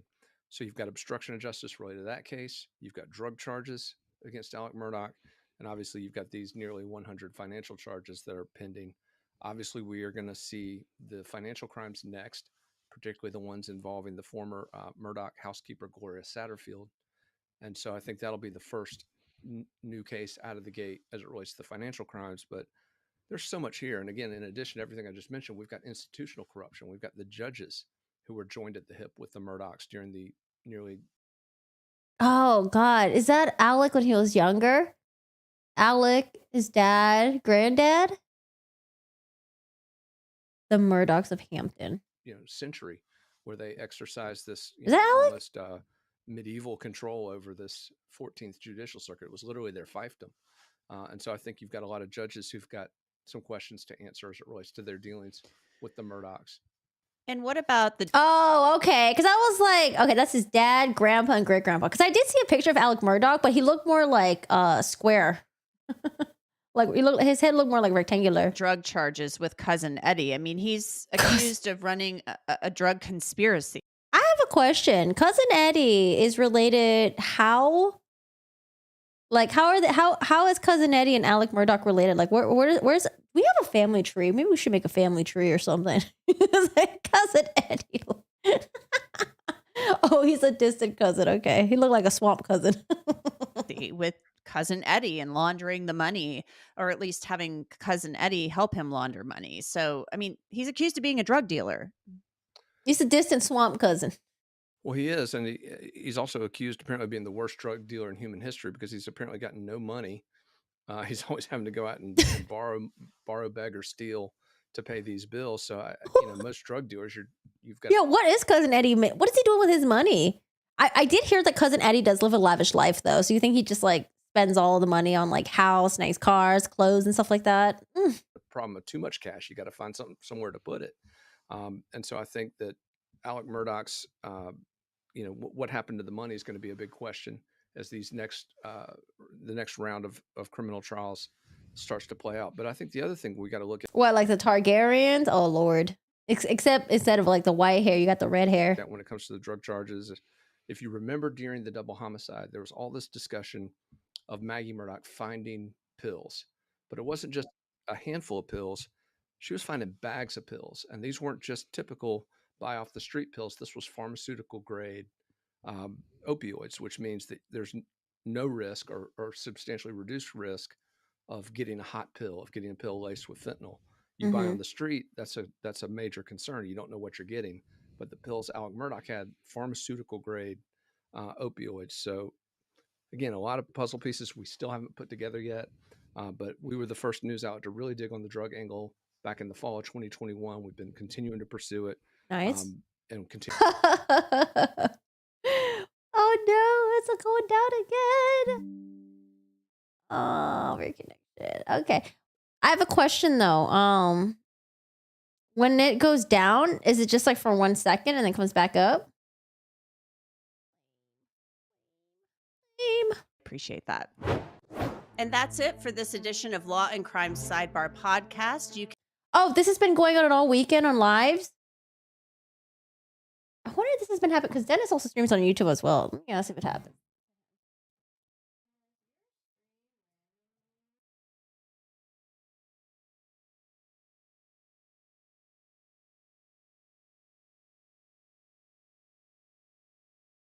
Oh, okay. So I'm not the only one. Okay, you're paused for a couple seconds. Okay. All right, that's not too bad then. You can listen to and download Sidebar on Apple, Spotify, Google, and wherever else you get your podcasts. And of course, you can always watch it on Law and Crime's YouTube channel. Thanks, Anjanette. Please boost your audio up and then we'll love you even more. Okay, so I think that's as far as the Murdaugh stuff, I think we're caught up unless there's anything else you guys saw over the weekend that you think is interesting that we should cover it. I do want to hop a little bit to, oh God. Sorry, my watch later list is like a little crazy right now. We have the Koberger stuff. I think we're gonna switch gears a little bit. So last week we started watching a little bit of the obsessive ex-boyfriend trial. And the reason why I thought it was interesting was because his daughter testifies against him on the stand. And if you guys saw some thumbnails on YouTube or anything, or maybe some headlines on like some headlines or anything like that, this is the same dad who looked like he signaled to his daughter to zip it while she was testifying on the witness stand. And so I wasn't sure if it was one of those things where it's like, it kind of looks like it, maybe not, maybe so. Like, remember with the Buster when people were saying that like he was doing the middle finger thing at Mark Tinsley, where to me it looked like he was just biting his fingernails and he was going like this, you know? But, you know, this was like, to me, it was very clear that he was trying to get his daughter to, and yeah, I don't know. Should Oh God. I keep hearing the little pings. Okay, I'm not saying anything important. But yeah, so I do want to go back to their name is Zachariah Anderson, and to me that sounds like a cult leader name. I'm sorry, if there's anyone in my chat named Zachariah. Usually you hear the name Zachary, but I've never heard of Zachariah before. It literally sounds like a cult leader name or something like that. But I do want to revisit back. So we watched the first half of the daughter's testimony. Now I want to watch the second half that Court TV uploaded. But first, let's get into some of the details about the case. I try to research some stuff about it, but there's not really too much details out there. Like, I wanted to get more background story on the victim, more background story on the family, the guy in general, but there's not really too much. It just kind of covers like what happened like maybe like a month or two before the murder happened, and then what happened to, you know, like the body and all that stuff, and then a little bit afterwards. So not too much information, but let's I heard the name on some Amish dude in Ontario. It's biblical, right? It does sound really biblical, doesn't it? I don't know. Zachariah Anderson. But yeah, this guy is unhinged. And I'm just going based off his daughter's testimony and reading some stuff about him and what the investigators uncovered. But yeah, he's still on trial right now. No verdict or anything out. And I think the state, I think they're still presenting. They either rested on Friday or they're planning to rest this Friday. That's what I read somewhere. And then I want to see what the defense is going to say, because they're maintaining that he did not do it at all. All right. So this article, a jealous ex-boyfriend, a bloody home, and a missing body. What we know about the Zachariah Anderson murder trial. And this guy is just, oh God. So Okay, so he's 42 years old now. He's charged with killing Rosalio Gutierrez Jr., 40, at his apartment in Wood Creek, Wisconsin, back in May 2020. This happened in May 2020. Do you guys remember what's happening in May 2020? May 2020 was pretty wild. This is when we were having the lockdowns. Also, May 20 was May when the protesting was happening. I guess it depends on when in May, because I think the protest was either the beginning of May or like mid-May, right? But a lot of things was happening in May. Crazy time. Wisconsin father is currently on trial for the brutal murder of his former partner's new lover, who he had allegedly stalked and beat to death with an object before disposing of his remains. Zachariah Anderson, 42, is charged with killing Rosalio Gutierrez Jr. at his apartment in Wood Creek back in May 2020. Yeah, this is the guy with psychopath eyes. And it's kind of hilarious to see his facial reactions, because the entire time when the daughter's testifying, he's sitting there like in disbelief. He's like, it looks like he's just like, I can't believe you're telling them all these details. Zip it. Shut your mouth. You know, like he's just sitting there and like he just looks like he's stunned. But yeah. Prosecutors allege that Mr. Anderson was jealous of the new relationship and was stalking his love rival. I also want to know, how long was he separated from his girlfriend? So his girlfriend, he had 3 kids with, right? One was like a teen at the time, and I think they had twins that were boys. And so their relationship ended, and his ex-girlfriend starts dating another man. And I guess, you know, he was jealous. He started stalking them. He was doing ding dong ditch. Like this is a man child, like for real. This is a man child. But, oh, did I skip this part? GTS 40 has been dating Mr. Anderson's former girlfriend, Sadie Beecham, with whom the accused killer shares 3 children. Prosecutors allege that Mr. Anderson was jealous of the new relationship and was stalking the new love rival. Meanwhile, Mr. Anderson's defense claims that the state failed to look into any other potential suspects. Oh, we've heard of that before. The 42-year-old is now on trial in Kenosha County Circuit Court, charged with first-degree intentional homicide, hiding a corpse, and stalking. He faces life in prison. Here's what we know about the case. Disappearance. Gutierrez was last seen or heard from on May 17, 2020. 2 days later, a concerned Miss Beecham visited his home, so his girlfriend, to check on him after she couldn't get in touch with him. When she arrived at his apartment, she discovered the patio door open, blood on the floor, furniture, and ceiling of the home. An area rug was also missing from the property, she told investigators. Oh man, too bad there's no like surveillance footage or anything like that. Ms. Beecham contacted police, who carried out a welfare check inside Gutierrez's home. Inside, investigators found a large amount of blood, signs of struggling, according to a criminal complaint. The victim's body has never been found, but investigators believe he is dead based on the sheer volume of blood found inside his apartment.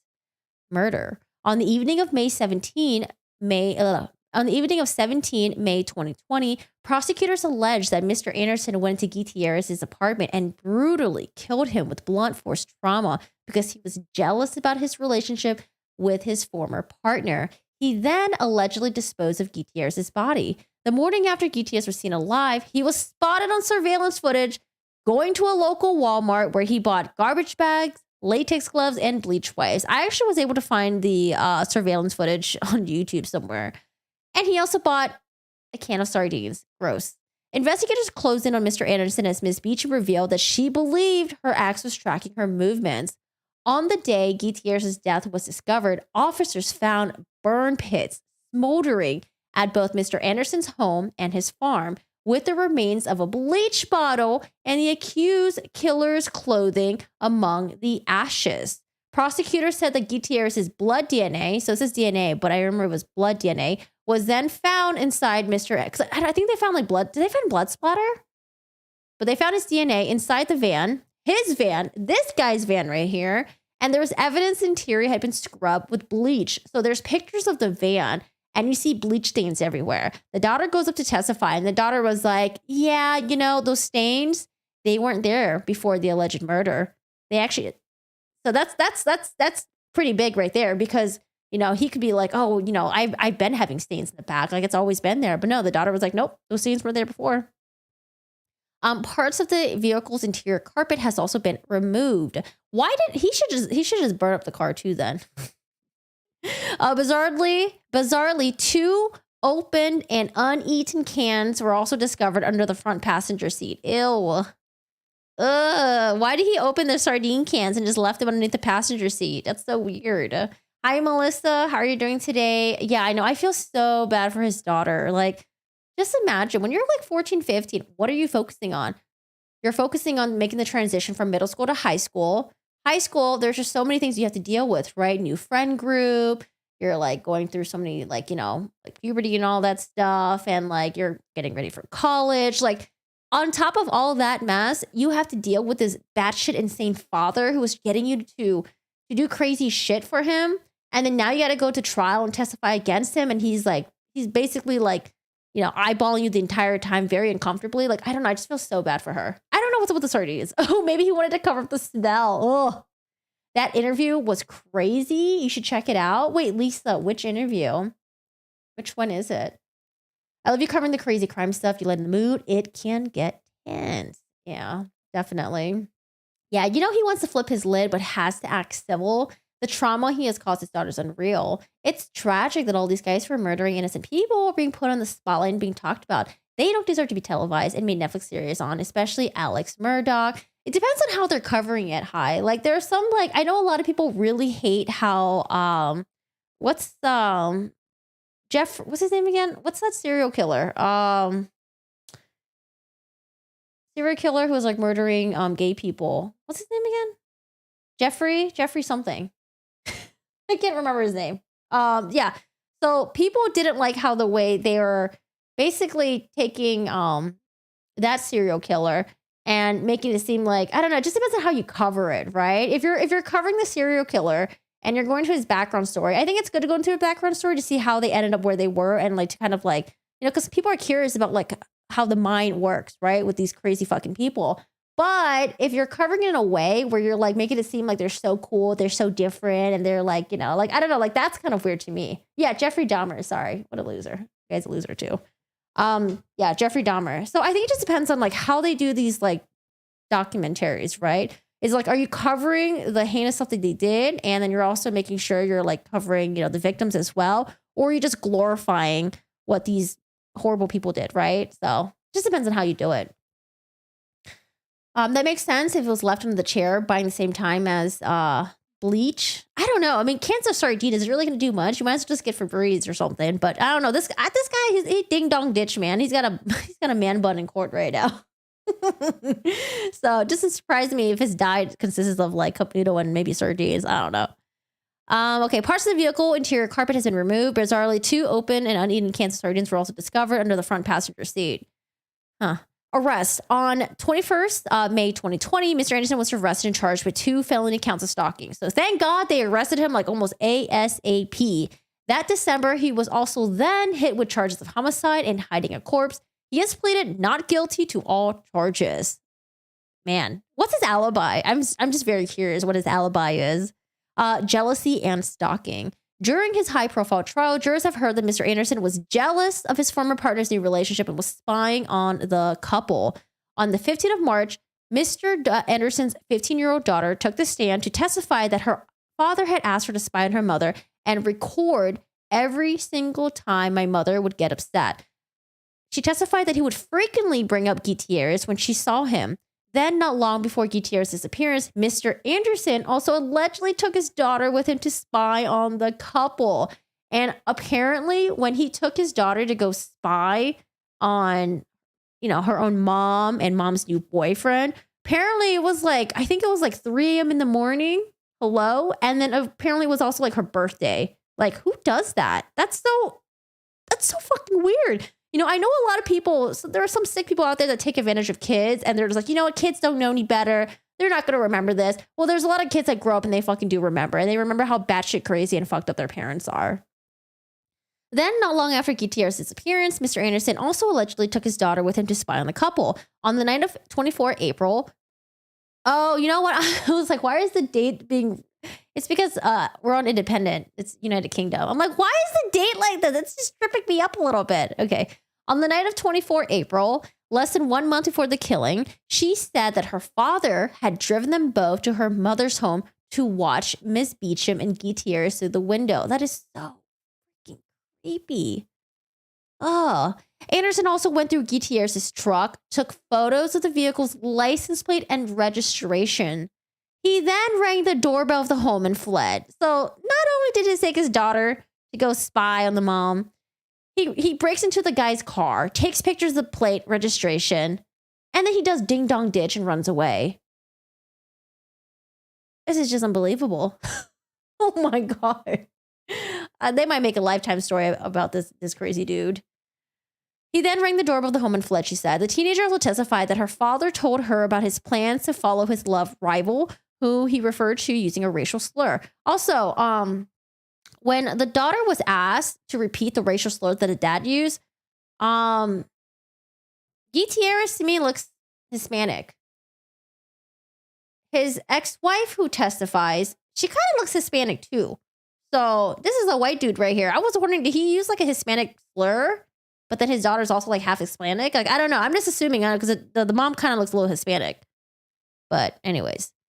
Where are we at now? We're down here. Okay, we're over here.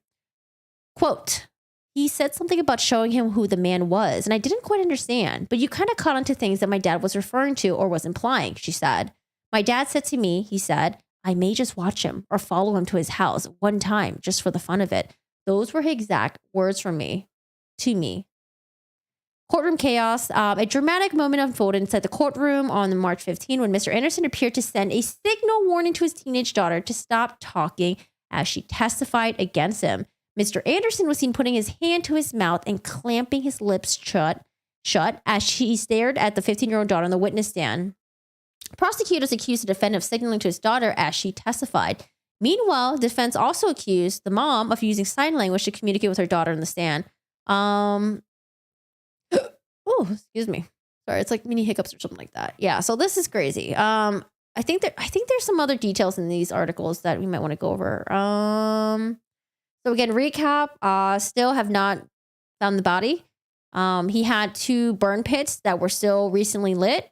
I think they found the victim's button in one of the fire pit, though. I remember reading that somewhere. Oh, here it is, the button. This is the button right here. Later that day at Anderson's McQuone, don't pronounce that, home, police found a number of items they were believed of interest, including $50,000 cash withdrawn 2 days before Gutierrez disappeared, and a still smoldering fire pit at the home. Investigators found jean buttons, underwear, and what's believed to be remnants of steel-toed boots. Oh, it's not the victims. It's okay, it's the crazy dudes. Gotcha. There were no web searches on how to clean up a crime scene, defense attorney asked. I don't recall at all seeing how to clean up a crime scene, answered Correra. Correra said he's never spent so much time on or been part of a case that's involved so much evidence in his more than 10 years with the Kenosha Police Department. The state is expected to arrest this case on Friday. I don't know if it's like last Friday or this Friday. When was this published? March 16? Oh, maybe they already arrested their case then. Was there any other details from this one? Oh, let's talk about some of the evidence really quick. Just want to say hello. Hey, Chris. How are you doing today? Thanks you so much for popping in. Appreciate you. Thank you. Investigators claim Anderson stalked his ex-girlfriend, Sadie Beecham, for weeks, putting a burner phone in her car. So he asked the daughter to plant a phone in the mom's car and in like the AC vent or something so he can listen and spy on them. Putting a burner phone in the car and using GPS tracker to watch and listen to the new couple. So unhinged. Detectives found Rosalio Gutierrez's Jr. blood. Oh, okay, it is blood in Anderson's van. Cadaver dogs found pieces of clothing in a bleach bottle in a burn pit on his property. I mean, I don't know, it seems like there's a lot of evidence against this guy. Okay, so we're going to talk about the detective that testified. Detective Correa confirmed several text messages were sent between Anderson and Beecham in the week before victim's death, says the mom and dad, and showed jurors the movements Anderson made before the murder by using his cell phone history. Oh my God, was he like also following her around as well? Is that what they're going to show here? Jurors saw images of a bag of cash that was found in Anderson's ottoman totaling $48,000. Where did he get this money from? You think he had money? Detective also confirmed Anderson searched for the store hours of a general home improvement store the day after he allegedly killed Gutierrez. 2:30 p.m., blood, a footprint, and a pizza box. Following Thursday's lunch break, Detective Carrera told jurors about what he and other officers found when they began investigating at Gutierrez's apartment. So this is the victim's apartment. Inside, they said they found a pizza box and a receipt with his name and address on it. Officers hoped to use the receipt to determine a timeline up to his disappearance. Detectives also confirmed there was blood in many areas of the home, and the neighbor had told officers on the scene that they heard something happening. The state also asked detectives about a footprint recorded as the evidence of the scene. Detectives said the officers could not determine who that footprint belonged to or whether or not it was involving Gutierrez's disappearance. So I wonder, how would he have got into the apartment? Do you think he like knocked on the door to get into the apartment and try to make an excuse? Like, oh, my daughter said she left her homework here. Can I come in really quick and come grab it? And then so maybe like the victim was disarmed, allowed this crazy nut job into his house. And when he like turned around, maybe the nut job like, just like bashed his head in from behind or something like that. Because apparently when they arrested Zachariah Anderson, he didn't have any like injuries or anything like that. Like maybe he had like one scratch on his finger, but nothing else. Before taking a break, jurors heard from Detective Carrera about what investigators found when they had a search warrant at Anderson's home. Detectives searched Anderson's van, found carpet had been recently ripped up. The van smelled like bleach and appeared there were bloodstains in a few areas.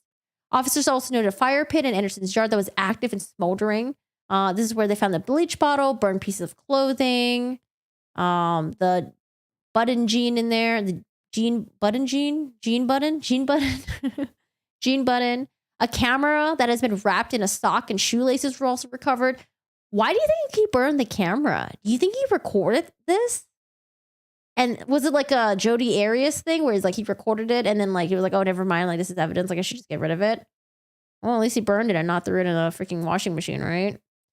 Defense began taking turns at questioning Detective Carrera, but asking Anderson's cell phone data that he had just testified to, working to poke holes at whether or not cell phone towers really show an accurate picture of where a person is located at any given time. Anderson's defense attorney also brought up the fact that just because Anderson may have been searched about when home improvement stores open, doesn't mean detectives know why he was searching that information. This exhibit presented the jurors show a picture of Anderson taken the day he was arrested. So again, you don't see any like visible injuries or anything like that. Before taking a quick afternoon break, defense showed jurors several images of Anderson the day he was arrested, noting how clean his clothes were. Well, I mean, he seems to burn the original clothes though, so it doesn't matter if his clothes are clean. The day he was arrested, noting how clean his clothes were, along with little to no injuries on his body. And that's why I think the sneaky mother effer may have done like a sneak attack, right? Maybe he like, somehow got inside the apartment, didn't have to break in or anything like that. Or maybe the victim like, normally left like a door unlocked or something, but he probably like did like sneak attack or something. 6 p.m. crime scene investigation. Defense attorney questioned Detective Carrera about certain things at Gutierrez's apartment that was never checked or collected for evidence, including a kitchen and a refrigerator. Oh, why would that be important? Detectives also confirm again that Gutierrez's remains have never been found. Following the confirmation from the detective, the state objected several times. The defense started asking the detective about Gutierrez's father. The judge originally allowed the defense to continue with their questioning, but when the defense attorney asked whether or not the detective knew about Gutierrez's father, who also randomly disappeared and is MIA, the state immediately objected and said, "Come on, judge." The judge agreed with the state, saying that Gutierrez's father doesn't have anything to do with the case, despite the defense arguing that it's relative to the detective's investigation. Oh, I wonder what happened to his dad. This talks about the... Oh yeah, this is the face that he had the entire time when the daughter was testifying. It was just like... it was just unbelievable. Okay, I think I did read this on stream. We're reading it again. Anderson's daughter testified that his father allegedly had a marijuana grow operation set up in the Wisconsin home. 15-year-old said she observed what appeared to be a jar of mushrooms where the butter was normally put inside the fridge. A friend of Beecham said obsessive ex-boyfriend Anderson showed up at the home of Anderson's former lover while she was on vacation. Defendant was standing at the end of the couch, smiling at me. Oh, God. Ugh. Beecham also testified. So this is his ex-girlfriend right here. Maybe she doesn't look Hispanic. I don't know. I can't tell. Hispanic, Indian, Asian. Beecham also testified in Wisconsin court that she was harassed at 2 a.m. while her new love interest was sleeping over. Beecham said her home was ding dong ditch by this guy here, and her guest Gutierrez believed that his car was broken into. The next day, Beecham said she spoke with Anderson, who knew facts about the sleepover that no one would know unless they were there. Oh, God. And then this is his cellmate that testified. Last week, jurors heard testimony from Anderson's former cellmate. The cellmate, Marquand Washington, said Anderson admitted to the murder. He told me they called him Houdini because of his case. And he basically made a body disappear, Washington said. Okay, so little details. This is him right here. 42 years old, 6'1", 200 pounds. Booked him on May 20th, 2020. 12:46 a.m. Oh, nice. They do a sneak attack on him. There you go. That's him. And then he wasn't charged with I think homicide and all that until until December. Was it? Oh, stalking and hiding and burying a corpse, and I think homicide too. Okay. Let's go back. Right here. All right. So we watched the first half already of the daughter's testimony. Now we're gonna watch. I think this is the second half. We don't know if mom and dad, what they're, especially in our. Wait. They're not filming. The interesting thing, Judge. Difficult. Oh no! I thought this would be the second part. Court TV. Did you guys not upload the second part to it? I'm gonna have to find it. Oh yeah, what's going on with Gwyneth Paltrow? I kept seeing that on my feed. What happened? Ski crash case? Oh, I guess she crashed into someone while she was skiing. Law and crime. Was a skiing accident, and he's suing her, I guess.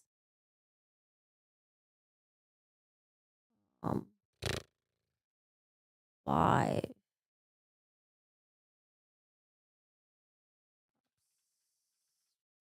Obsessive ex-boyfriend. Okay, we're just gonna watch the law and crime one because they should have all of this.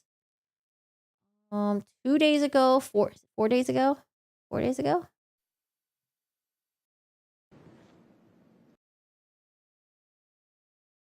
During the first nights that your mom went on vacation. That doesn't mean I have. Oh, okay. Oh, she gets really snappy with a defense attorney. And other than the desk chair, were there other items down there that you then eventually wanted to tell or did decide to tell law enforcement about? What'd you see there? Hold on. What do you quite mean? Well, trying to see where we're at. About watching Rosalío Gutiérrez other than the time you looked in the window. Has anybody ever said to you, hey, I'm considering watching Rosalío Gutiérrez? No. Following him, those kind of things. My dad said to me, he said, I may just watch him or follow him to his house one time just for the fun of it. Those were his exact words to me. Okay, I think we're somewhere around here. You indicated that you saw your dad take something out of a truck and take a picture of a license plate back on the April 24th into 25th of 2020, correct? Correct. Sorry, is the audio still really low? I don't know what's going on. The audio is low. What's up? After that, did you see any items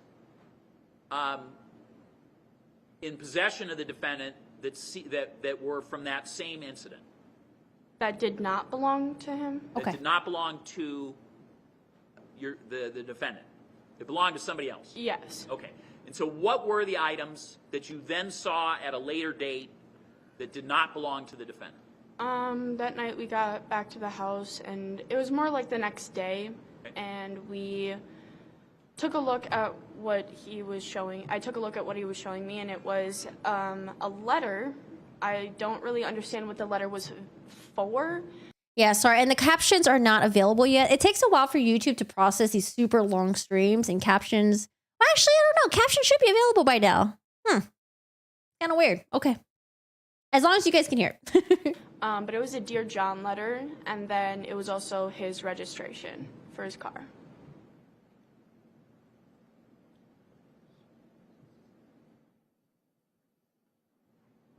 Yeah. So let me just show you a copy of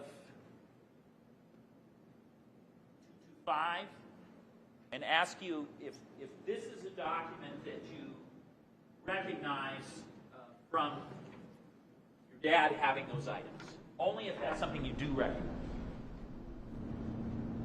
Yes. So what is 225 in terms of your recognizing it?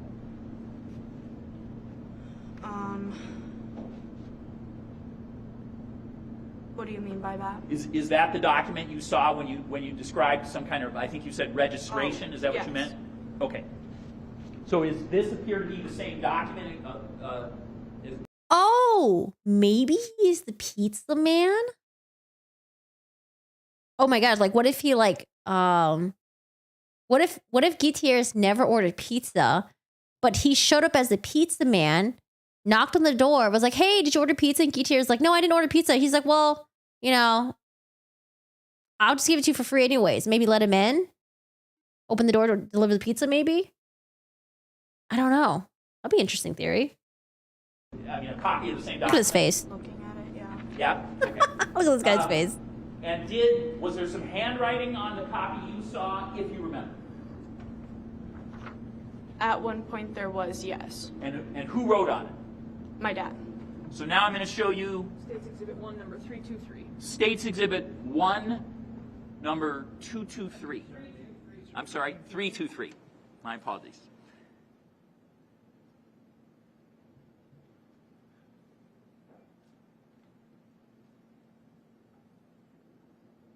I just showed you. Yeah, that's his handwriting. Okay, and whose handwriting is that? The defendant's.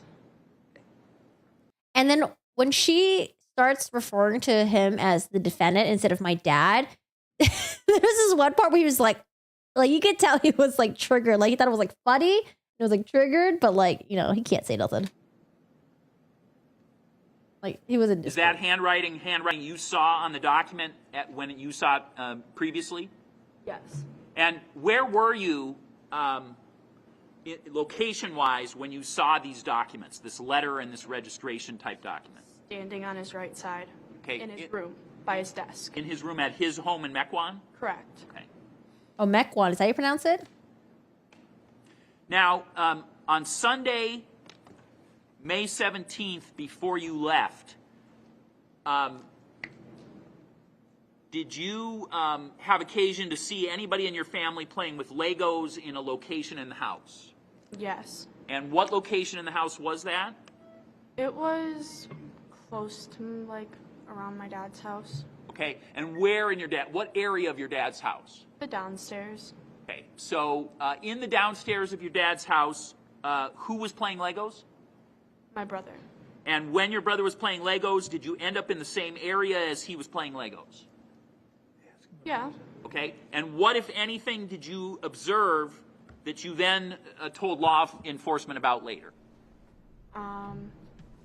Well, a Lego had dropped through the floorboards, and so Magnum had asked if he could go down there and look for it, and I said, yeah, that should be okay. And then I went down and, like, with him, obviously, because it was, I'm not gonna lie, the basement was kind of creepy. So he asked me if I could go with him. I said, yeah, so I went down there. There was a roller chair, whatever, and it had tape and rope on it, and my brother had a flashlight. We went down there, whatever, got his Lego, and went back upstairs. Didn't think anything of it. So when you say roller chair, can you describe, like, where this kind of chair would be? And Like a black armchair. okay, like a desk chair kind of thing? Okay, and then other than the desk chair, were there other items down there that you then eventually wanted to tell or did decide to tell law enforcement about? What did you see there?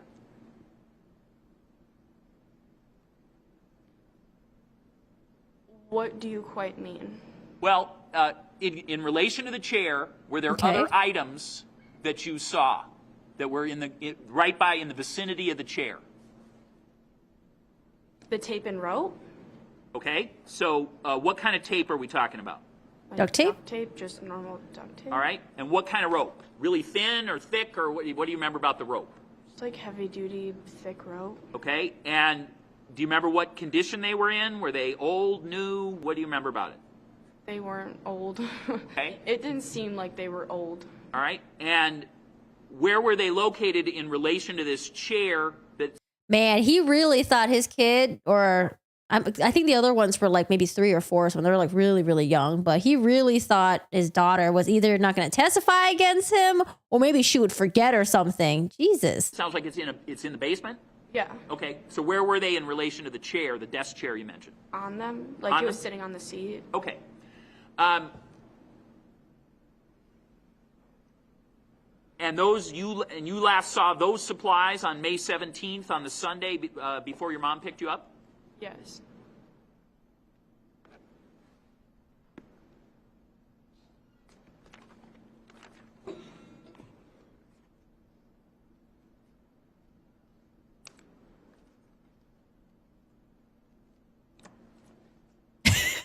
Hello, prosecutor? Who are you waiting for? Judge, this would be a logical time for us to take a break. All right, let's break it. He's like, shit, I ain't got nothing else. Can we take a break, please? Talk about the case. We'd watch it. All right, we're taking a little break. A little break right here. Okay, so right now, that's the prosecutor that's asking questions. Oh, see what's going on. His mother and others, everybody, you're all being watched. Believe me, nothing that would be, in my opinion, an effort to influence the child in any way or make. Oh, I think this is when they're talking about possibly the mother giving signals to the daughter and then the dad giving the signal to the daughter. But when, you know what, the mom went up there and explained. So the daughter, oh wait, actually, no. I don't think the defense attorney questioned her yet. Okay, what are we talking about? More difficult. The zipping thing? Will be tolerated and it will be addressed rapidly. I have not seen anything either from the defendant or from mother that I thought was any kind of a problem. Completely defer to the court. Just wanted to be sure the court was thinking about it. No, it's a reason. Okay, all right, let's skip through this a little bit. Oh. Some mother and father are here and on adverse sides of a case, and the child's got a very, very difficult experience. I think Court TV does like a little video about this. We'll watch that one instead. But let's skip through this. Let's go back to the daughter's testimony. Yeah, we're in Kenosha right now. All right, they're talking to the judge. We're still going on for a little mini break. All right, got a long break, and we're back. The tree farm. At your father's residence, what, if anything, do you know about drugs being produced there, made there somehow? Quite a bit. Okay. So what drugs do you remember being produced there in some fashion? Marijuana. Okay. Any others? Not that was grown. Okay. And as to marijuana, what do you know about what was happening at that residence? Meaning your dad's residence, the defendant. I'm gonna do 1.25. He was growing it. Where in the house was it being grown? In between the kitchen and living room. Okay. On the top level or on the bottom level, if you know? No, main floor. Okay. And what do you remember about the process that you saw? How was it being done? Richter, his facial expression. There were a lot of plants there, and Do you believe you know how many? I do. How many? 72. Okay. Oh, how did she know the exact number? What do you remember about how they were being grown? My dad had a water system, and they were just in rows, and there was a place to dry them in the back, and it wasn't anything like a little small operation. Okay. So describe the water system. What do you remember about that? It was just like... Judge, I'm going to object as far as relevance into going all the minute details of the operation. Well, we are getting... Now, where's this going? Keep in mind, and it's been true throughout the trial, there are materials coming in that are not directly pertinent to the crimes charged in the information. Mm-hmm. And I've sustained objections to some of them. I also spoke with you earlier about some of the things that were let in that might ordinarily not have been let in, but for our evidentiary rules, I've permitted. Oh, he's writing a lot over there. Look at his attorney's face. What are they writing? This, well, I'll leave it at that. Keep in mind that the defendant is not charged with anything related Drugs. to drug offense. Okay.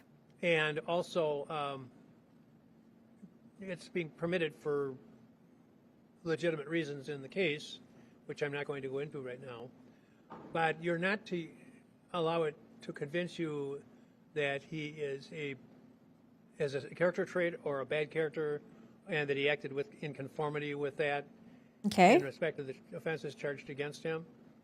It's what's called. Josh got a little Mickey Mouse pen at his desk. It's admitted for limited purposes, limited admissibility. Okay, all right. Time.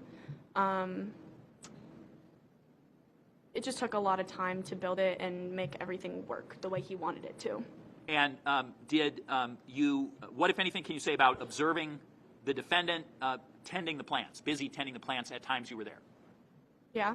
Okay. And so what did you see him do that was tending the plants? Just trimming them, cutting, just like. Why are we asking about the plant? Normal, like, plant keeping, I guess. Like, if you were to grow marijuana, like, it would just be like a normal plant process of growing them and, like, trimming them and stuff. And what, if anything, can you say about approximately when they were harvested, if you know? No, I really don't know. That was something that he definitely did on his own time. Okay. And what, if anything, do you know about whether, what, if anything, did the defendant say about how much of it he had sold? What was your understanding of how much had been sold? The last time I talked to my dad, well, not necessarily talked to him. It was probably a week before I actually last talked to him. He told me that he had gotten rid of it all, which then when they had went through the house, I found out was not true. Okay, so when he said he got rid of it all, what did that mean? Like he had sold everything that he had harvested from it. Okay, so now I'm just going to show you a couple of quick pictures. So the first, State's Right. Exhibit 1. Pictures? From, we get to see it? Why are we looking at this? Okay, pot. State's Exhibit 1, 3. All right, mushrooms. She's already said she doesn't know what it is. Well, this is actually a separate question. Yeah. Was there something? I don't know what that is. In the fridge you were asking? Yep. I don't know what they were used for necessarily. There were mushrooms of some sort in the door side in a opening somewhere where you would keep your butter, right? In the fridge where you would put your sticks of butter. That's where it was, in his fridge. And were the mushrooms stored in jars of this type? I have no idea. Okay, I'm saying when you saw them in the fridge.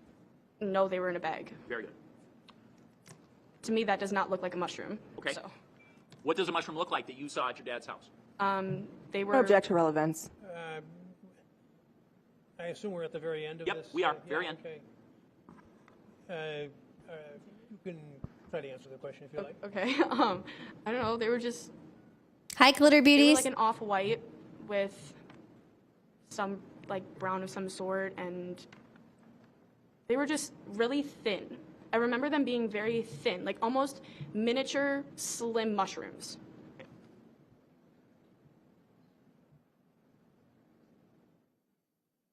Hold on for just a moment.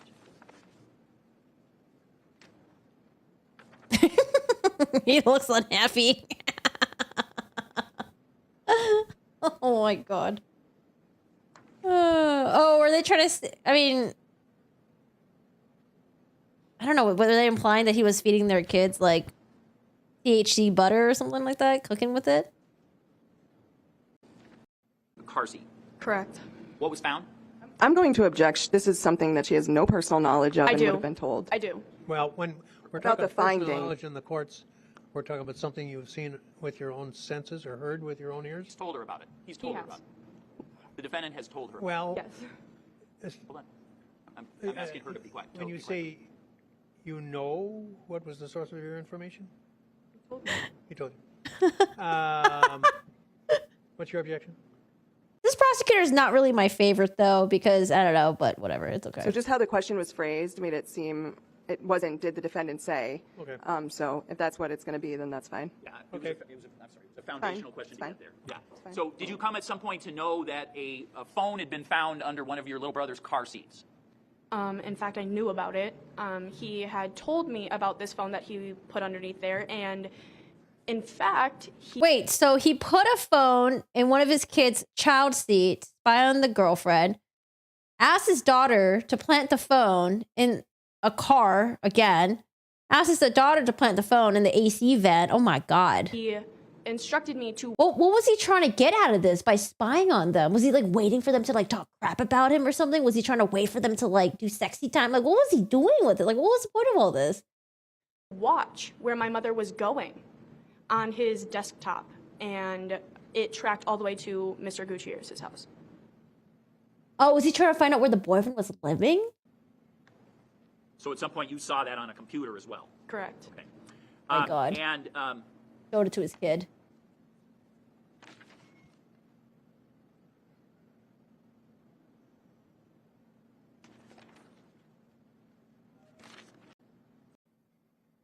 Of physical discovery that I'm going to need for my cross-examination. Go ahead. Thank you. Mark? Is it cross-examination time?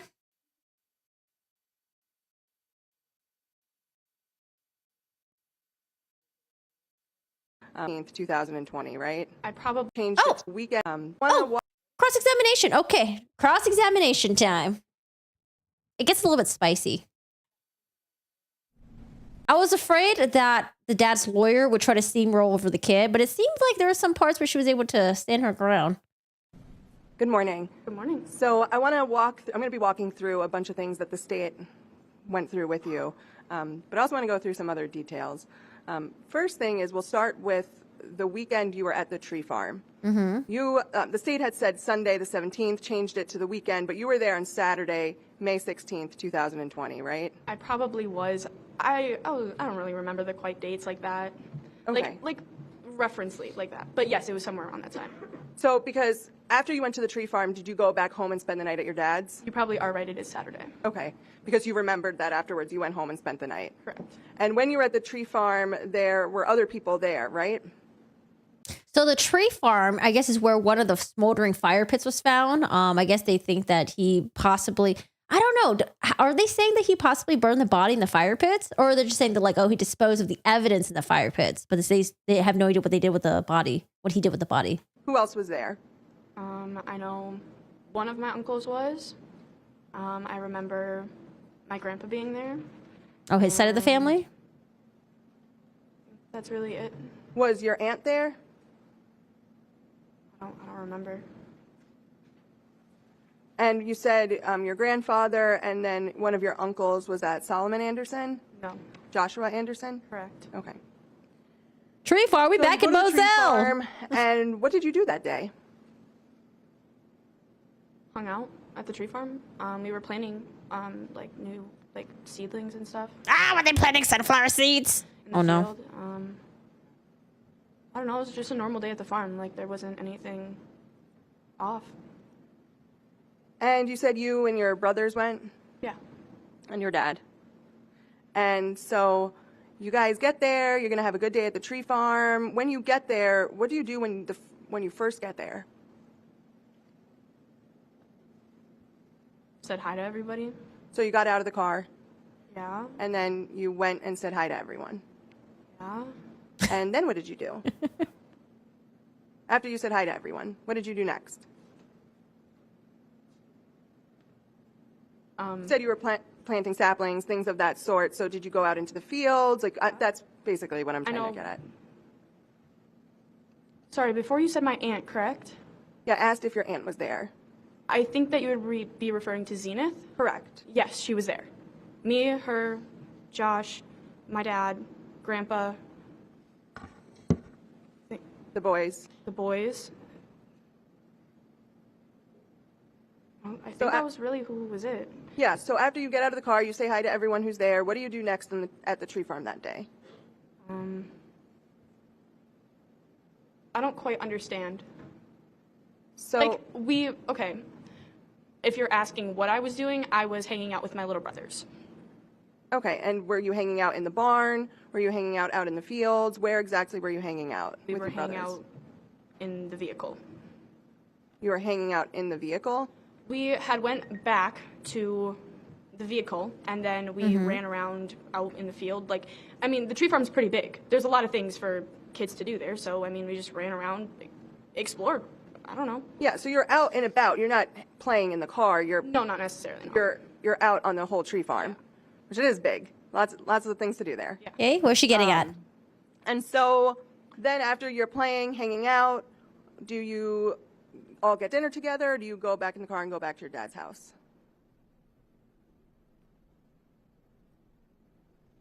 We probably stopped for food on the way back, I'm sure, because it was a long ride, but otherwise we went back to the house and ate lunch there and then took a nap because I was wondering if it would be possible if he had the body with him in the backseat of the van while he was driving his kids around. I don't know. I don't know if that's where the prosecutors were going at when they were asking about the van earlier, but maybe not. Because that would also be crazy. But would I be surprised? No, because his dad's already brought his kids around for all the other things, you know? it was part of our schedule. And so when you were there for that day then, when you were at the tree farm, you were playing with your brothers. When you were playing with your brothers, was your dad around? He was planting the seedlings, so no. Okay. He was like out in the Yeah, where was we were in he? two different fields. So Because no. there's like kind of a front field and a back field, right? The front field. You were in the front field. He was in the front field. Okay. I was not. Okay, so you couldn't see him. I could see him, But I you- just wasn't around him. Okay. And he was with Josh and his dad? Yeah, I had gone back there like a couple of times just to see what they were doing, and stuff like that. But otherwise, Yeah. I wasn't like back there all the time. And so when they were conversing, if you weren't there, you wouldn't be able to hear them, though, about what they were talking about. No. Okay. So your testimony earlier was that when you were in the van, you were sitting in the front seat, and the boys were sitting in the back seat of the van, and that there were no seats in the middle. Mm-hmm. And Oh God, she has a can of sardines underneath her seat in the front. Dad, what are these open sardine cans in here, Dad? What is this? Were you eating them and you forgot about them and just put them underneath the seat? could you see that space in between perfectly without obstruction? Yeah. There was nothing. So in that, There was obviously my own dad's junk in his own car, because that's pretty normal. But I mean, other than the normal stuff that was in the car already, no, there were no middle seats. and there was nothing else on the carpet other than some trash and Maybe some clothes or something. I don't know. Just typical stuff. typical man stuff. Hey Lisa, thank you so much for the $9.99. Yeah, a couple people told me it's the same judge from Rittenhouse. Thank you. I appreciate the super chat. Thanks so much. Up in a van. Yeah. Yep. Okay. Counsel, would you be so kind to pull up the exhibit of the 0? State's Exhibit 1, number 260. Thank you. Earlier, Yes. and you had said that you did not observe the van like this on the 16th, right? No, I did not. So, I hate to make you. Yeah, because the daughter is saying that like the bleach stains weren't there before the alleged murder, but it seems that the bleach stains showed up afterwards. But let's see what the defendant or the defending attorney is going to say. Get up. Maybe I'll just get up. Judge, can I have your stick? Going on here? Something about the judge's dick. Thank you. Okay, so if the back seats were in, they would be locked in right here. Correct? Yeah. So if the seats are there, Sorry, guys, we're in a fishbowl right now. you're not necessarily going to be able to see directly underneath. No, there was carpet underneath there. You could see completely underneath. Oh, so she's saying that like, well, if you sat in the front, how were you able to see if there were stains in the back seat from all the way in the front? I could see completely underneath the seats. That seat was not like that. Okay, and you're saying that there was nothing in this area? Just open? I mean, besides what my dad's stuff was in his car, no. There was nothing out of the ordinary. So where was the chainsaw? In the trunk. Where in the trunk? The back seats are back there. No.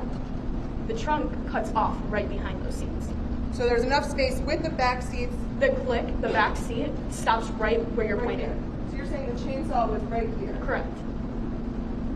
When did you see the chainsaw?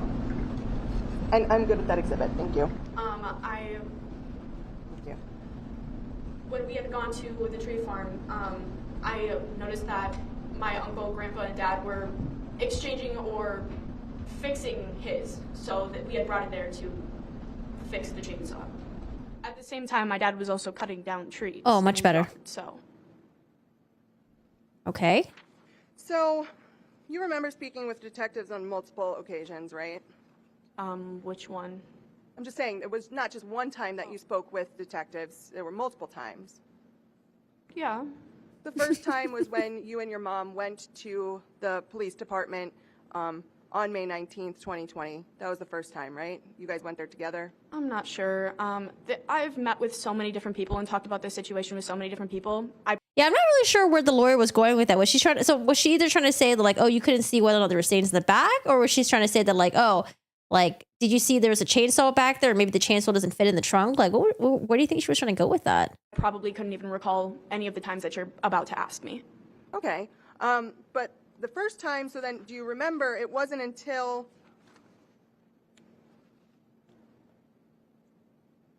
the first time you met with law enforcement, you didn't tell them anything about a chainsaw, correct? Correct.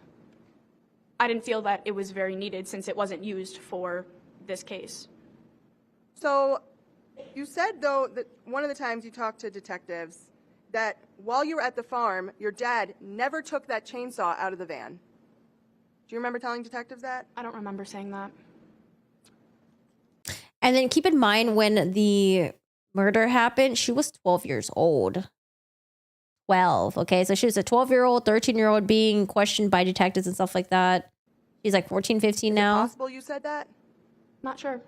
So what happened then? Maybe if you could explain now. Did he never take the chainsaw? No, he definitely took the chainsaw. Okay, so he definitely brought it into the barn, and they were fixing on it and doing chain stuff on it and seeing what was wrong with the chain. Oh yeah, I remember that like the back of my hand. He definitely took it out of the vehicle and brought it into the barn. Okay. So then you wouldn't have said that he never took the. No, like I said, I did not say that. You did not say that. That would be a lie if you said that. Objection. To call something a lie would be to. Lie is one form of. Oh man, I like how the kid is pushing back. I will rephrase. Statement. Go ahead. Thank you. That would be an untrue statement. Same objection. Well, inaccurate. That would be that would not. Possibly. Okay. I'm not sure. It's not what you saw. I'm saying I'm not sure, but I do remember him bringing a chainsaw to the tree farm and him taking it out of the van and bringing it to the workshop. And do you remember saying that your dad was wearing flip-flops when he got to the tree farm, and that he then changed into your grandfather's boots when he was there? I do remember saying that, actually. And your dad wore flip-flops all the time. All the time. Even in like weird weather. I mean, snowing, sleet, heavy packed snow, he's wearing sandals. There's no question. Even when it makes literally no sense. Yeah, sandals. Yeah. Okay, so she's trying to bond with the kid now? Rain, snow, like you said, everything. Okay. And a lot of times, too, he would wear these sandals and then change into different shoes when he was at the farm. He always had other shoes. He just preferred to wear his flip-flops if he was running in and out of somewhere, or just anything simple. My dad was very simple, so for him to wear flip-flops all the time, it was just easy for him. Yeah, and his being simple also translated to his style, right?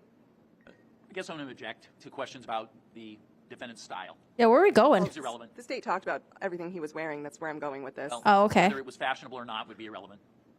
It doesn't sound like it's totally relevant. Okay. Your dad had like the same clothes he would wear all the time, the same style. When I'm saying style, I don't mean something that's stylish. He had different pairs of those clothes. Exactly. He had this jeans and white t-shirt. It was his go-to. I mean, waking up, sleeping, he was in jeans, maybe shorts sometimes, but mainly just jeans and a white tee. Okay.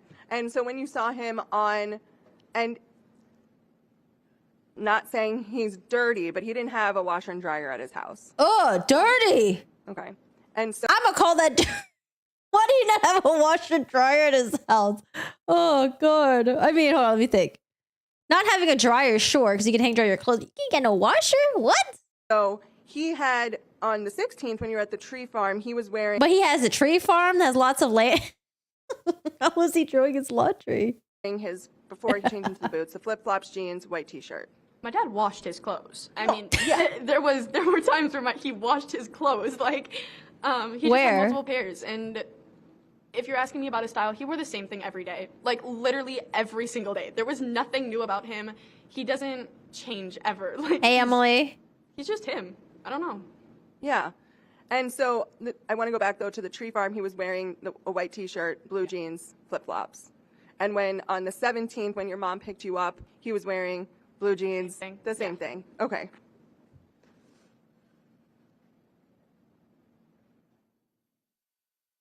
Okay.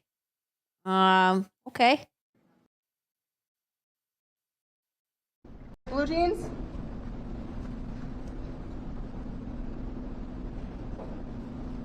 Why does that not seem like my dad's size and know those are not his? These aren't his?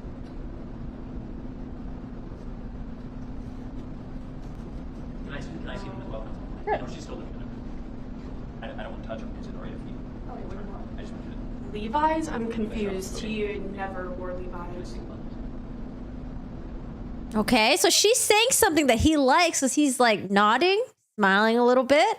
I could be wrong. I'm not sure. How to start a load of clothes? What did I miss? The defendant does not own a washer or a dryer. We don't know how he washes his clothes. Okay. It's also been a while, so I'm not really. And I didn't think you'd memorize like each article. You didn't memorize each article of your dad's clothing, right? Not like that. I mean, once you kind of know him, you're just like, yeah, he wears jeans and a t-shirt. Like, I didn't really focus on brands like that. Do these look similar to jeans your dad would wear? The pockets do. The back does. The back does? For sure.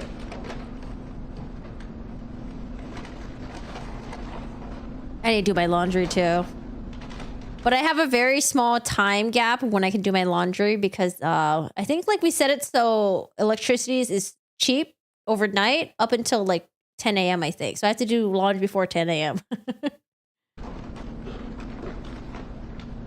And I don't do weekends anymore because now we have a roommate.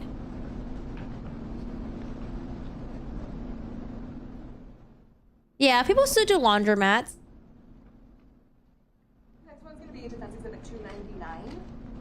But this dude has like, I don't know, it seems like he has some money. He's got like he's got like a tree plot land and he's got another farm. It seems to be really inconvenient to go to a laundromat. I don't know. Written material you just sent.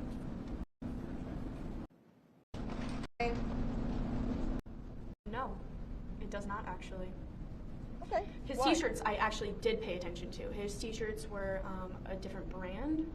Mm-hmm. Electric Bell, yeah. To me, that does not look like his t-shirt. But you said before you didn't know every single article. I have his t-shirts. I have pairs of his t-shirts, which is why I know why. What his t-shirts are. You don't have every single one of them. No. Okay.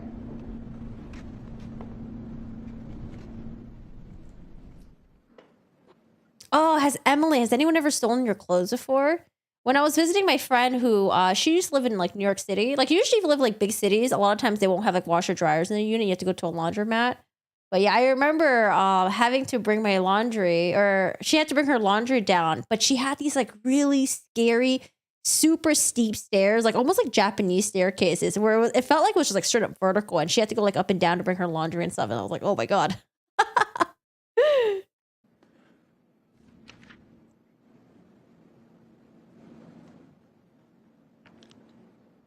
Okay. For Mr. Gutierrez, and one of them was Booger, and that he called them because what he saw by the window. But you also testified that you were right there by the window. I was. So were you able to see After. that too? After. Oh, so the dad, when he was spying on the mom and the new boyfriend, right? The dad told the daughter, oh, make sure you cover your breath up like this so your breath doesn't appear on the window. It's like, oh my God, this guy, it looks like he's got some like stalking skills. Like he must know from experience or something. So you weren't there the whole time? The timing is mixed up. I was in the car when he had went. There were 2 times. He went the first time by himself, and the second time he went with me. Wow. Like up to the house. Same night, 2 different times. All right. This is when he was stalking the mom and brought the daughter on her like 13th birthday or something to go stalk them. Where were you in the vehicle that you could see everything that Mr. Anderson was doing? So on direct, right? You said right now you're saying there were 2 times. The first time was you pull in and in the bar, near the bar, right? That's My what you father said. had told me what he saw. Well, Like no, up front, had told me what he saw in the car through the window. If that is your question. I was not standing next to that window when he was looking at Mr. Gucci.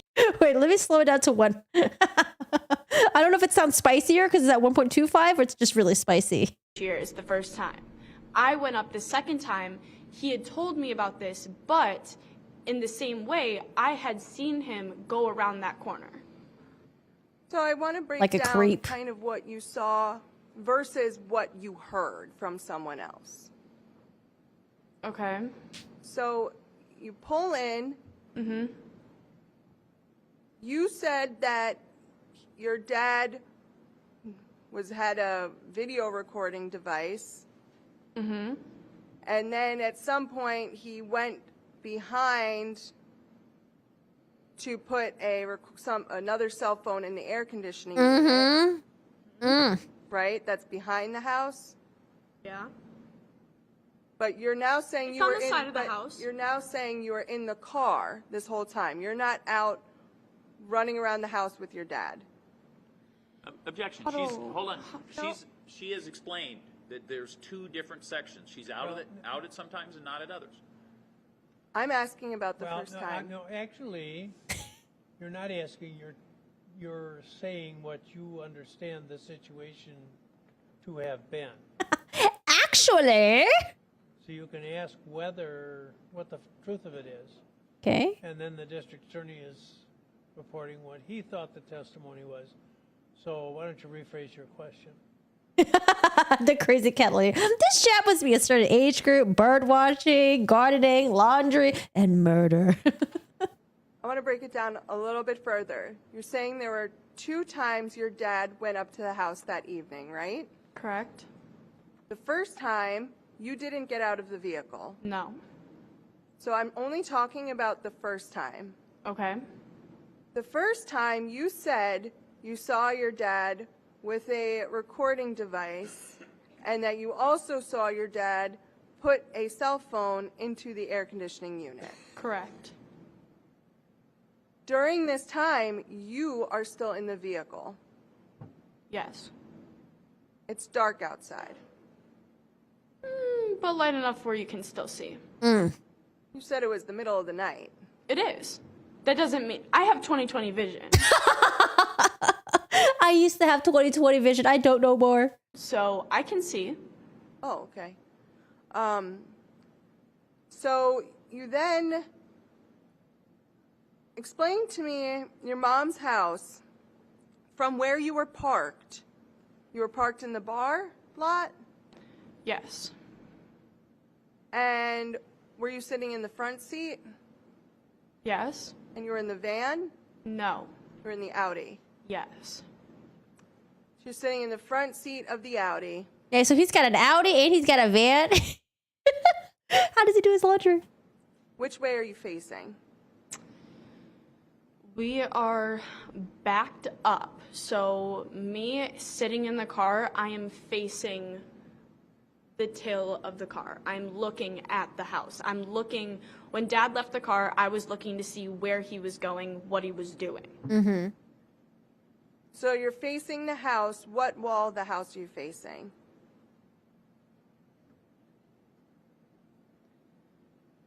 Have you seen a picture of the house?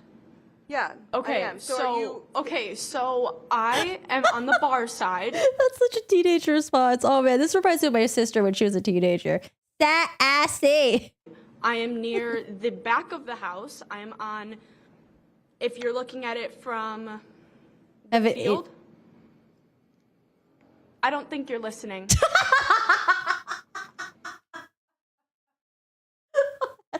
Hold on, what was she answering? Sorry. I was trying to read the chat and then I was reading David's joke. if you're looking at it from the field, I don't think you're listening.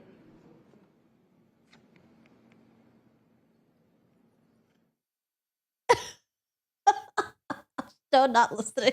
You know she heard that comment, but then she doesn't want to respond because now she's like, oh shit, I'm being fired by a teenager. Fired up. How old is the daughter now? I read an article that said she was 14, and then I heard that she was 15. So 14 or 15?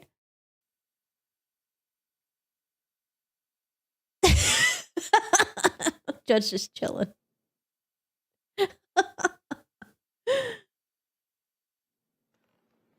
So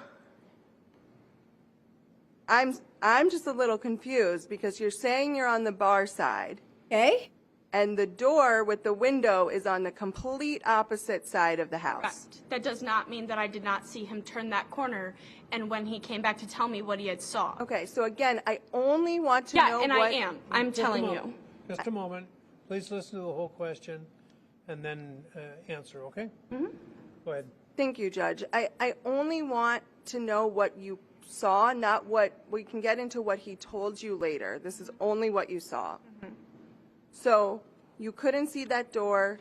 You could not see that window from where you were parked.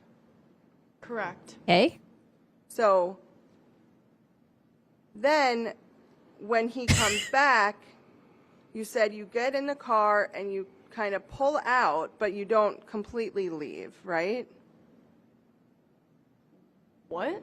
So you said there were 2 times that he went to the house.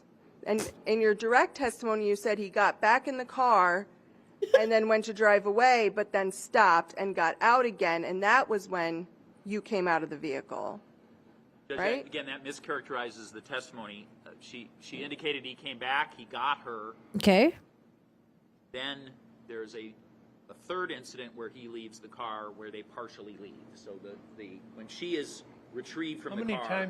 How many times did you get out of the car? I got out twice. How many times did your dad get out of the car? 3 times. Twice. Because he did not get out of the car the second time when he came to get me. When we were still parked at the bar, he did not come and he came and got me. He didn't sit in the car, drive away. So he didn't enter the car? No, not fully. So he only got out twice and I only got out twice. So the second time then, well, you got out 2 times? Do I need to re-explain? No. Please, you can answer a question without... So apparently, I was watching court TV. I didn't see this whole segment. Only saw the little small tiny bit of it, right? So apparently, the dad gets in trouble for doing the zip it signal to the daughter, right? Because he doesn't want her like talking as much. One. But apparently the defense were also like, well, the mom was also making signals to the daughter too. And the mom was like, yeah, I started making signals to my daughter because she was acting real sassy up on the stand. And, you know, my mom reaction was like, kind of like. So I can see why the mom like instinctively reacted to the daughter on the stand when she was getting a little sassy and, you know, a little bit fiery up there. No, please, you can answer. The second time then, well, you got out 2 times? Do I need to re-explain? No. Please, you can answer a question without a question. I'm confused. Okay, well, let's do this. No, let's not. I'll just ask a different question. Beautiful. What was the second time, well, the first time you got out of the car then? It was to go up to the house, to the window that you're talking about, where I can see through the crack of the shades. And that's when he told me to go like this with my shirt. So then the breath marks didn't get on the window. Oh, God, what a creep. And then you went back to the car? And then we did. We both, at that point, had gone back to the car. And we were pulling away. And then we got to, it depends on which way you're going, but the second entry to our driveway. I mean, honestly, I guess the defense is trying to say that, like, well, you didn't witness all of this, so how do you know it really happened? And she's like, well, my dad told me. It's like, oh, what if your dad was just lying to you? I don't know. Like, I don't really see the point of any of this, really. This is just reminding the jury how batshit crazy the dad is. It was the bigger open end to our driveway, and he stops, gets out, and I get out, and I'm like, what are you doing? And I see him taking pictures of his license, of Mr. Gutierrez's license plate, taking his registration. Somewhere in the time I didn't see him, but he turned the corner, got the phone, rang the doorbell, and came back to the car, and then we left. So you didn't see him go to the air conditioning unit? I did not see him go to the air conditioning unit, correct, but I did see him bring back the phone. The prosecutor. Did La, you la, la, see la, la, la. him go to the air conditioning unit that first time? Yes. That doesn't look good. So this is called the obsessed ex-boyfriend murder trial. He's on stand for the murder of his ex-girlfriend, who's also the mother of his 3 children, murder of his ex-girlfriend's new boyfriend. He apparently stalked them. He got the daughter to stalk them too. He like planted like phones in the house and the car to try to capture their conversations and to capture where she was driving around, where they were going. And this is his daughter testifying against him. And it's kind of wild. Did your mom ever talk to you about what she observed that evening? I mean, she's my mother. There are things to be discussed about that I don't know how to answer your question. He didn't kill the mom. The mom is still alive. She testifies on the stand too. But he's on trial for the murder of the mom's boyfriend. Well, actually, the question wasn't about the content. It was, did your mother ever discuss the matter a bit with you? Okay. And when did she have that conversation with you? Was it close? A while ago. It was close to that time. Yeah. And she told you that she thought it was your dad. No. No. No. I knew. Well, I'm saying, what did she say? I'm not asking what I already you knew thought. everything that my mom knew. She wasn't telling me anything that I didn't know already. Okay. And do you remember telling her that you actually weren't there? I do remember telling her that. I did. Oh, God, she's going to try to insinuate that the kid's lying about all this? And that you just knew what had happened because of a video you watched and from what your dad told you? Yes. I mean, there's still a video. Oh, my God. Were they able to get a hold of all these spy videos that he had? Or is that why because in the fire pit, apparently there's a camera in there. Maybe he burned the camera and the memory card too. Or the laptop? Of all of this, I did not come out. I didn't have a question. I was finishing your question. This lady is so mad. Oh. Teenagers can be tough to deal with. Man, I remember when we were teenagers, when my sister was a teenager. Oh, my Lord. Anyone out there, if you guys got a teenager right now, good luck. Yeah, I mean, we've seen so many trials where, people on the witness stand just get steamrolled, right? On May 19th, 2020, do you remember a time where your mom had left to go down to Kenosha to check on Mr. Gutierrez?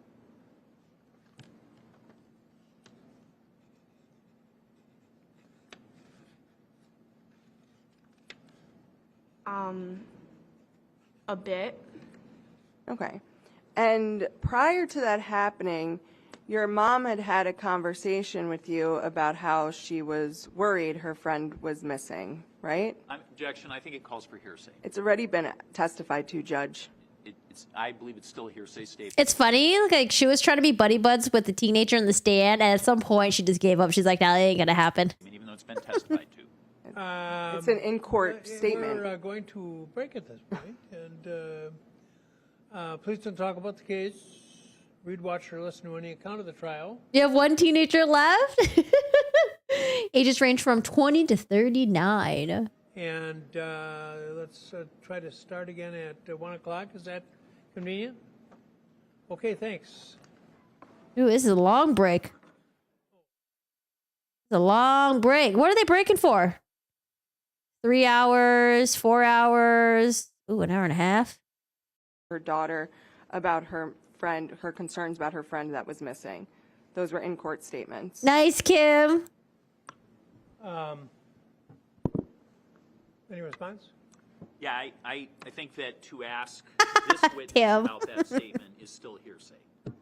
I'm sorry, go ahead. No, go ahead. The out-of-court statement for this witness is an out-of-court statement. So the fact that it's been that it's in through a different party does not make it an in-court statement.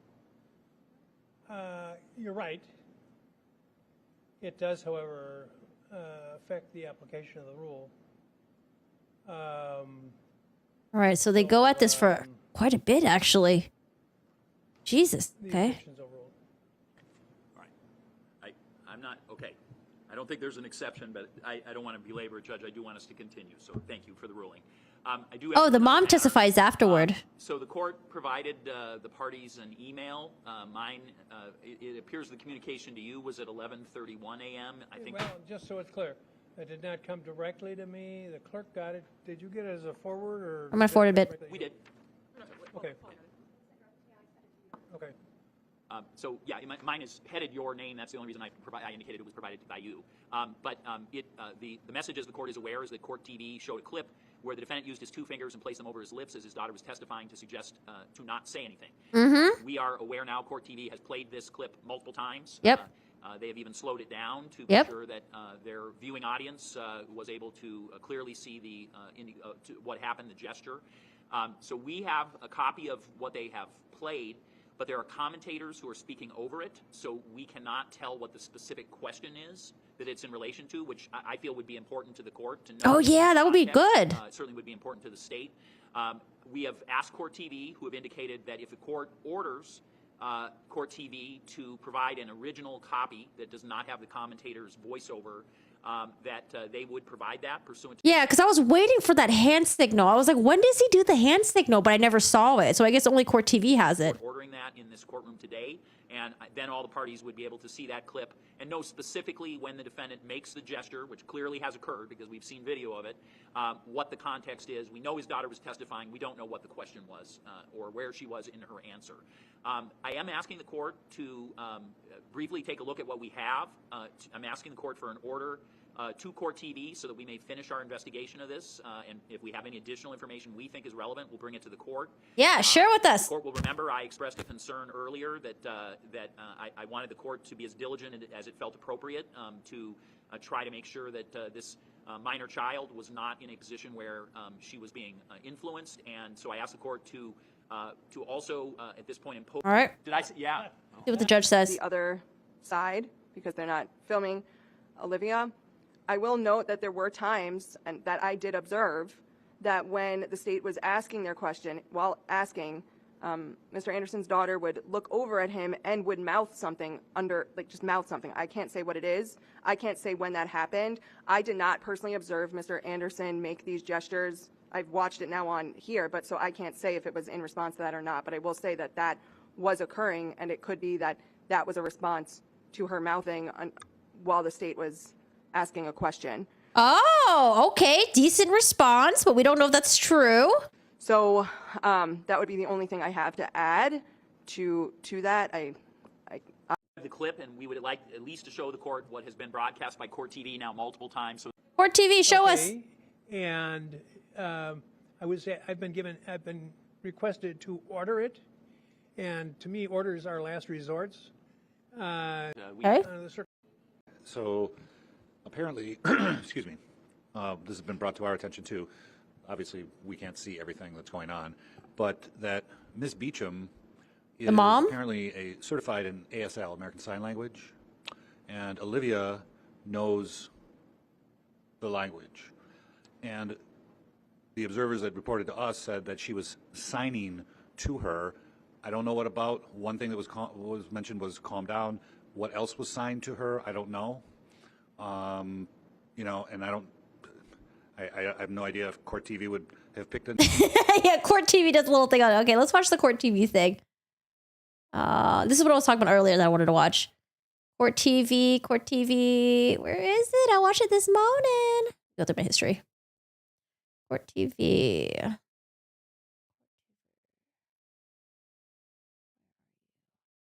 Huh? Oh, it was. I think they mixed it. Oh, it was this video. Also found in Anderson's car, along with burn pits that were found on 2 properties connected to Anderson. The defendant reportedly roped the 14-year-old daughter. Defense claimed that her mother, Sadie Beecham, who was also in the gallery, may have been doing some sign language herself to tell her daughter what to say.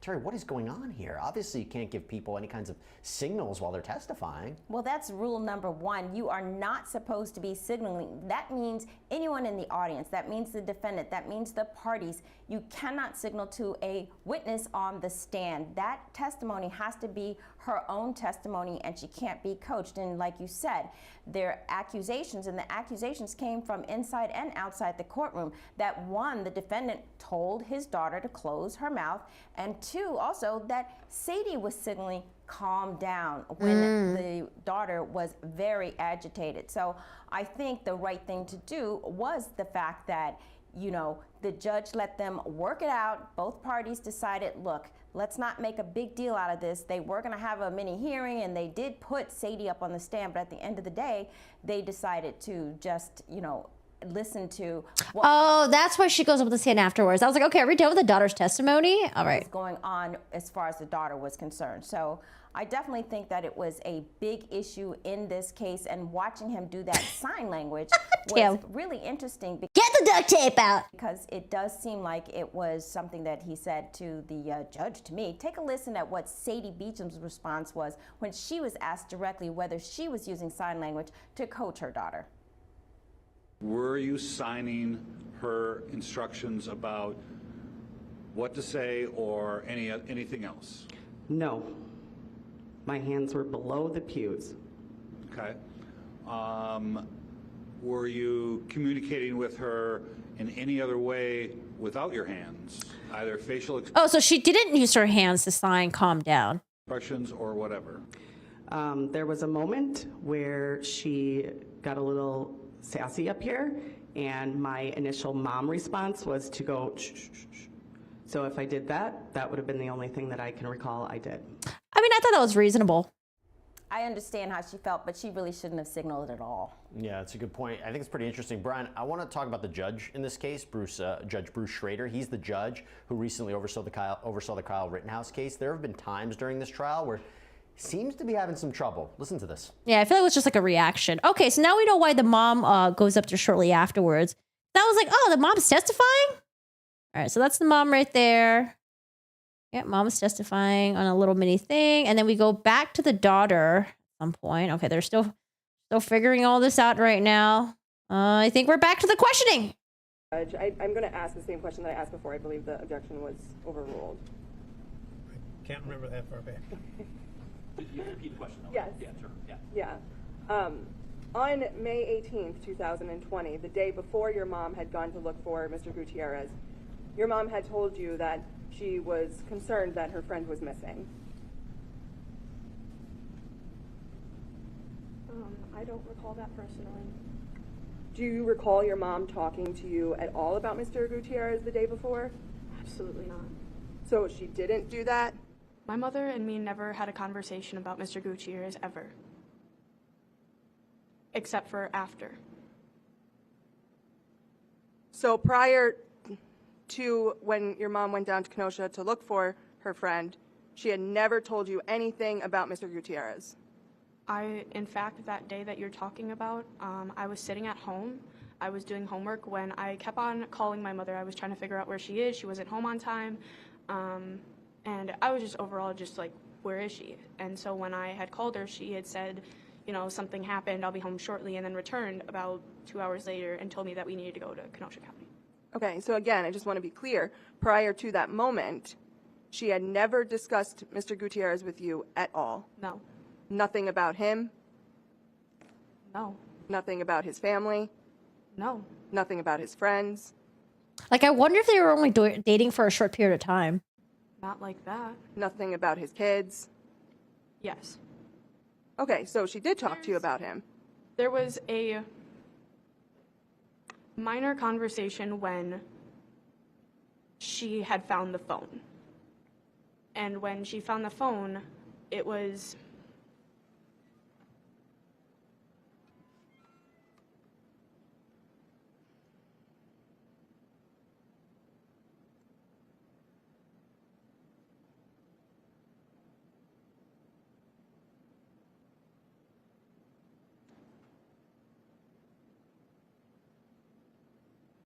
And she tried to tell me. That time was when I told her that I had seen a video of Mr. Gutierrez, and she tried to tell me that he was not a bad person and how he had kids and how that he just wasn't overall what my dad was saying to me about him. So then, just to go back, she had talked to you about him? Correct. I'm sorry, I did not remember correctly. Okay. And didn't you also have a conversation with him after you, about who he was, after you were riding in the car with your mom and you saw a... Whose phone is that? You saw a phone call come in that was for Junior? What do you mean? While we were on our way to Kenosha, did Mr. Gutierrez call my Oh, mom? there goes the bailiff. No, prior to that date, was there a time where you were in the car with your mom and Junior called her and you asked your mom who Junior was? No. That never happened? No, that was a different time. Okay, that was a different time. So That conversation did not happen in the car. did you ever see him call your mom from the Yes. car? No, not from the car. Do you remember a time, too, where you... Counsel, I'm just going to object because you stated a fact that the call that was talked about, testified to, was Leo, not Junior. I beg your pardon? The testimony previously that she's accessing, that she's mentioning, Mhm. was a call from Leo, not Junior. So she said Junior. I apologize, I'll rephrase to Leo. When you were in the car, did you see a... Mike. Who's- Mike.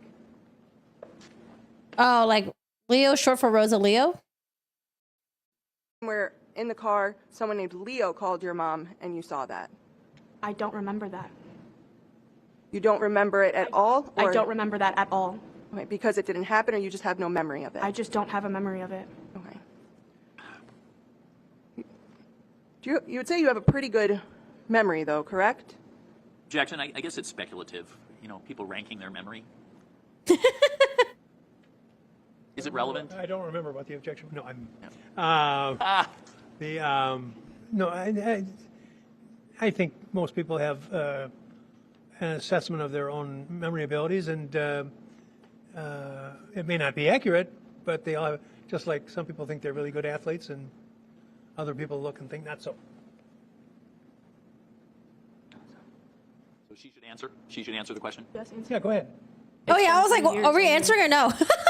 There's a lot of stuff to remember, and there's a lot of stuff that you don't remember, and you remember some of the more important things that happened. Mhm. So I don't understand what your question is. I was just asking about that. Asking whether you think you have a pretty good memory in general. It's fairly decent. Do you remember giving a? Do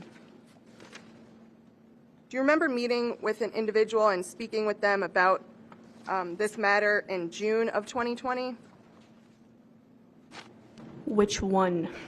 There were several. It was just you and a lady. Okay. It was close to, I believe, your home. It wasn't down here. She had shown you some pictures. Does that help give you a little bit of context? Maybe. I know a couple of people who did that with me, so maybe, yeah. Do you remember her asking about what, asking questions about your dad. What do you mean? She asked you a question about your dad, and you had told her that you had a memory about how you were sitting in the living room, and your dad came in. Do you think that's his dad in the background there? Do they look similar, you think? Because there's like people behind him, and I wonder if that's like his side of the family that's supporting him. And said the TV's not going to raise our daughter. Do you remember telling about that memory of yours? I have to say that Where are we going with this? To play the video. Well, can you identify the person conducting the interview? I don't know her name, and I don't believe the witness would remember her name, but I don't have the name. It was a forensic interview. Confusing to the in the presentation, irrelevant. It's not, and I don't want to say why it's not relevant in front of the witness. Well, I don't want to hear that it is Dad or uncle? relevant without any reason for me to conclude that. I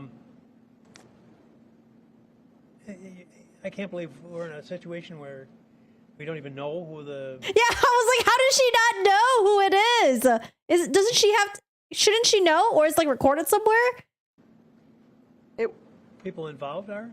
Yeah, it was something that was... Hey, there was like a lady who might have asked you something about your dad. Okay, which one? I don't know. You know the lady that was showing you pictures? There were many people that were showing me pictures. Well, the lady that was showing you pictures and asked you about your dad. Huh? Provided late. I didn't think I was even going to have to go into it. That's not answering my question. Yeah. I mean, I could pull it up and figure it out if I could pull up the reports. I just don't have it in front of me right I now. mean, you should have figured it out before you asked the damn question, you know? Oh. Well, find it. This judge. Find it. He's so over this. One of those CACs? Yeah. Yeah. So we don't know who's involved, or... It's an out-of-county individual in a different county. Okay, prosecutor knows. Conducting Maybe. an interview for entirely different purposes, is my understanding, and she's asking questions regarding other topics. And I fear that And there's no written record of it? No. It's a video, but And there's no written record of it? Correct. There were no reports provided to the defense about that. It was just the video. Okay. again, it's document. It's an item that was But did she ever reach out to the prosecution's office? Like, hey, who was this person in the video? from out of county. Try to dig it out. I am, Judge. All right, dig it up. You were 1 year old. Objection irrelevant. Wait. Basing our questions upon? I'm familiar with what she's asking. No. You what? I'm familiar with what she's asking. I understand what she's asking. All right, try again. Okay, go ahead. Try again. You got this. Do you remember telling that individual about a memory you had from when you were 1 year old? Objection irrelevant. Irrelevant what she thought what happened when she was 1. Nothing to do with this. What is going on here? All right, guys, quick. What is your first memory? What do you think was your first memory? What do you guys remember? It doesn't seem to be relevant. Again, I'd be able to explain it. I do not want to explain it in front of this witness for very legitimate reasons, Judge. Why? Oh, can we do a sidebar? Here, come on up. Let's do a sidebar. I can approach with... Yeah, approach. counsel. Yes. Approach Mundo. Wait, that was your first memory? How old were you when that happened? And the defendant and the witness go in the library and have briefly tried to get to Sitting in front of the television. I was at least 3 before I remember anything. I was jumping onto bed. I was almost 2. I think my first memory was when I was like 1 or 2. It was when my parents got married. I remember being at their wedding and then like all these weird people coming up to me and like, ah, and I was like, oh, get away from me. Yeah, that's what I remember. And so I told my mom, or I think I told my mom that. And my memory was exactly describing like how they had their wedding thing. So pretty cool. And the witness. I want the witness. Are we sidebarring or what? I'm confused. I don't want the witness and the defendant in the same room. Is that what the court? I don't know what the court suggested precisely. I thought you were just saying the lawyer should do something. I apologize. Well, I was trying to avoid sending the jury out of the room again. Totally understand. No, we can go back. I was just saying I don't think the witness needs to be back there. She can remain out here Yeah, for a second. that's fine. But you lawyers go back there and see if you can... Okay. Lawyers are going to go back there, duke it out. They can do arm wrestling. down the line. Oh, she's back. Hi. What the state then would try to get into, and we've decided to not go down this road and to move on. Yep, because you know what? I don't know, she made it seem like she had something brewing up. Like, oh, I don't want to reveal my hand. I don't want to show my cards, but maybe she didn't have anything after all. She's like, yeah, we decided not to go down that route. Sure. Any comment on that? Counsel can make her own record about what happened. She's indicating she's not going to go on. So that's fine. Thank you. So after, so before you talked about how you never talked about your mom about who Leo Jr., Mr. Gutierrez was, but now we've heard there was a time where you were in the car that Leo called and you had a conversation about who he was at that point or soon after. So the question is argumentative. To indicate she first said something and now she's saying another is an argumentative question. Well, it's overall. You can answer. Repeat your question. I don't understand. Sure. I don't know. This judge is kind of interesting too. He's like, okay, I don't feel like giving a reason, but overall, I thought you have to give a reason. So you're in the car, you see that this phone call comes in. I guess if they push, you can give a reason. From Leo, right? She indicated she did not remember that. Objection, that's been asked and answered. Yeah. I thought she well, said. I thought she just nodded her head yes. Did I see wrong? No. What's? I don't remember that. Okay. Well, and I apologize, I thought previously you said you did remember receiving that call, so that you don't remember happening. No. So how about a time that you went through your mom's cell phone and saw a text with Mr. Gutierrez? What are you asking about that time? Did that happen? Correct. And then you confronted your mom about him then, correct? No. Hey, maybe it's just a small little blip, She's been overworked in this case. Maybe she's a public defender. She's got a million other cases, and she just had a small little blip. I don't know. I can't really rate her performance too much because I haven't seen the rest of the trial. So, well, we'll see. Maybe she okay. We'll see. No, I did not. You didn't have, and she didn't have a conversation with you about that? No. Okay.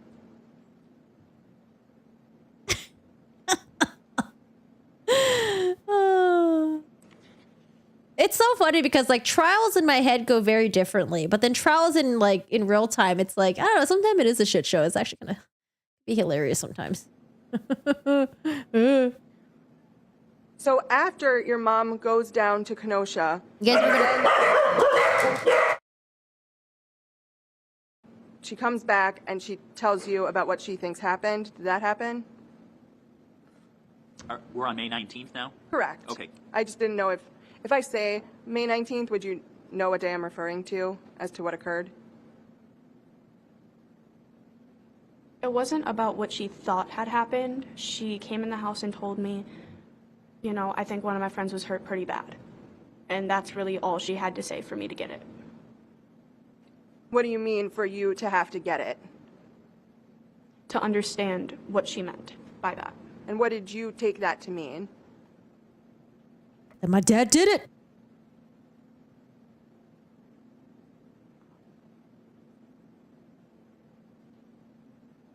Can I skip this question, please? I'm afraid not.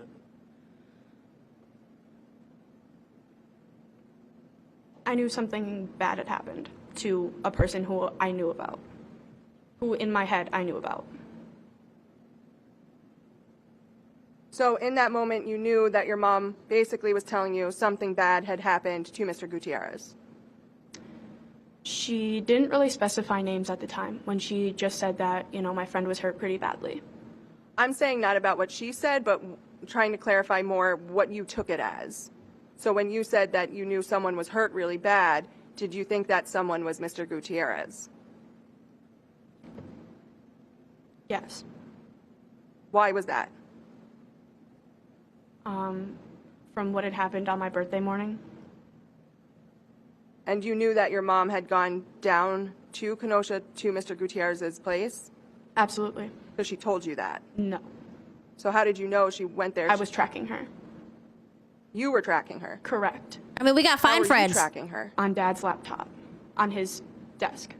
So you had access to your dad's laptop on his desk on that date? I did not log into it. He set it all up, and I was sitting in front of it, and he was taking care of the boys downstairs. So this is on May 19th? No. I'm talking. Sorry. No. Wait, I'm confused now. We were talking about May 19th when your mom came home and she had told you that something bad had happened to her friend, and you said you took that to mean something bad had happened to someone, and that I had then asked you if it was Mr. Gutierrez that you thought it was. You had said yes because of what had happened. I then asked you how you knew your mom had gone down to Kenosha to go check on Mr. Gutierrez, and you, I asked you if she Sorry, had I told didn't you. understand your question. Okay. So back to May 19th, 2020, how did you know your mom was going to Mr. Gutierrez's apartment? I did not. I had just come home from school. I was doing homework. Who was there with you when you got home from school? No one.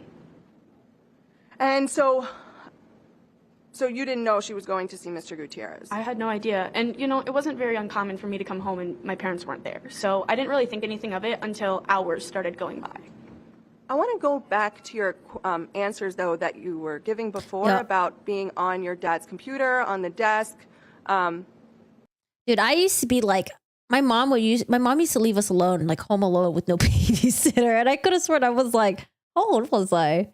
I was like 8 years old or something. 2 younger siblings. Like, it's a surprise that we didn't die somehow, man, or get kidnapped or anything. We used to do a lot of really crazy, shady shit. We were clearly not seeing eye to eye there, which is fine. What date were you referring to when you were tracking your mom? Yeah, no, you heard the dogs. In between my birthday and Mr. Gutierrez's disappearance. So I don't remember the exact day. Okay. And was that the only time you went on your dad's computer? Yes. And when you went on his computer, did you have to put in a password? No, like I said, he had already logged into the computer and it was all set up. He just basically told me to watch where she was going. Okay. I don't know. This is not looking good for the defense. When you were doing that? No, actually, I didn't have a phone like that. Oh, so I didn't have the ability to do that. So were you on a phone or were you on the computer? I was on my dad's desktop, but I did not have a phone to screenshot anything or screenshot anything on that computer. Was it a desktop or a laptop, if you remember? A desktop. I think in the 90s too, because my all of my neighbors, everyone stayed home by themselves as well. Like, ain't nobody hired a babysitter. They didn't have siblings that were that much older. We're all like the same age, just staying home by ourselves. The only thing that happened once was when we just moved into the house. I was in my mom's room watching like Maury on like the little mini. You remember how we used to have like mini TVs, the little portable TVs? I was watching Maury on there, and I like commanded my siblings to make me like grilled cheese sandwich or something. So they put like bread in the toaster, and I don't know what happened, but the number must have been like amped up or something because the bread caught on fire. And my siblings ran up to me, was like, "Oh my god, the kitchen's on fire!" And I ran down there, and like I was like, "Shit!" And I was like trying to put it out, and then I made everyone like crawl on the floor because I remember I learned that in class. You crawl on the floor underneath the smoke. But then I told everyone to go to the basement because my mom explicitly told us not to leave the house. So would you imagine the house caught on fire? And I was like, "Hey guys, let's all go to the basement." Mom says we can't leave the house. We'd have been dead. And after going back to May 19th now, I'm sorry to take that little detour. I wanted to clarify what you were saying before. On This May is not 19th, looking good then, for when your mom him. came home, then you went to the police department here in Kenosha? Correct. And during that car ride, you talked about what was going on and what was going to happen, right? When you arrived at the police station. I don't quite understand. Amazing any of us When you were in the arrived. car right here, was it explained to you about where you... I know kids nowadays have it easy, man. They got it easy. And they got Chat GPT now. You were going and why? Briefly. And what did you understand you were going to do? Well, my mother didn't know this at the time, but I understood what was going on. Like, I understood more about the situation, and when we got there,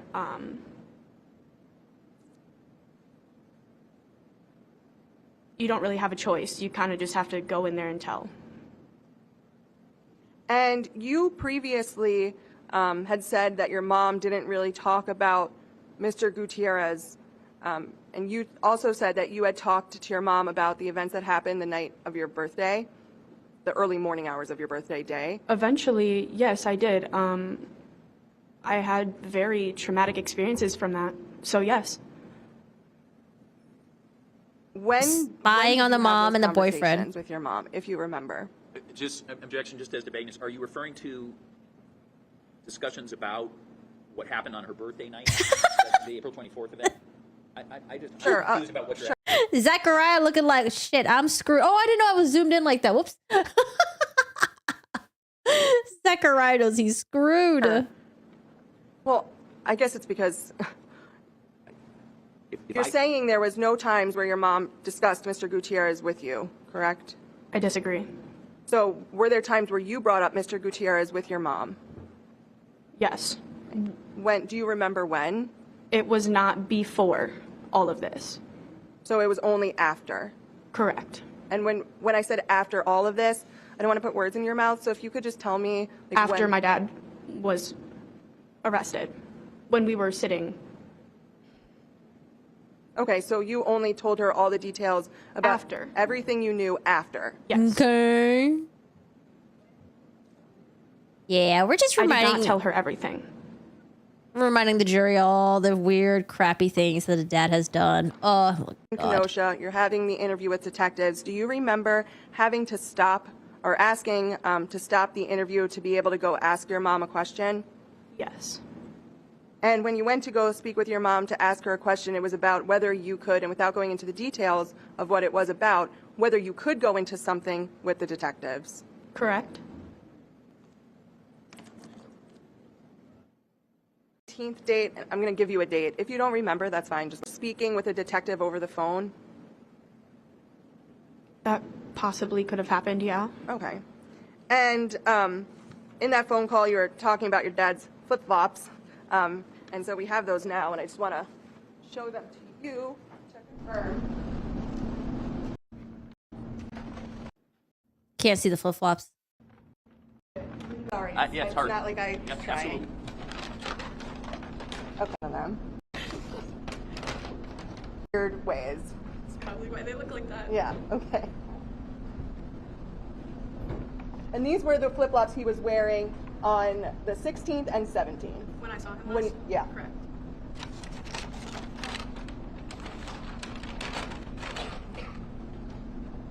Are they trying to say that, like, oh, there's no blood or anything on these flip-flops? I mean, he could have worn different shoes. Does it have to move into evidence defense exhibit 319? No objection.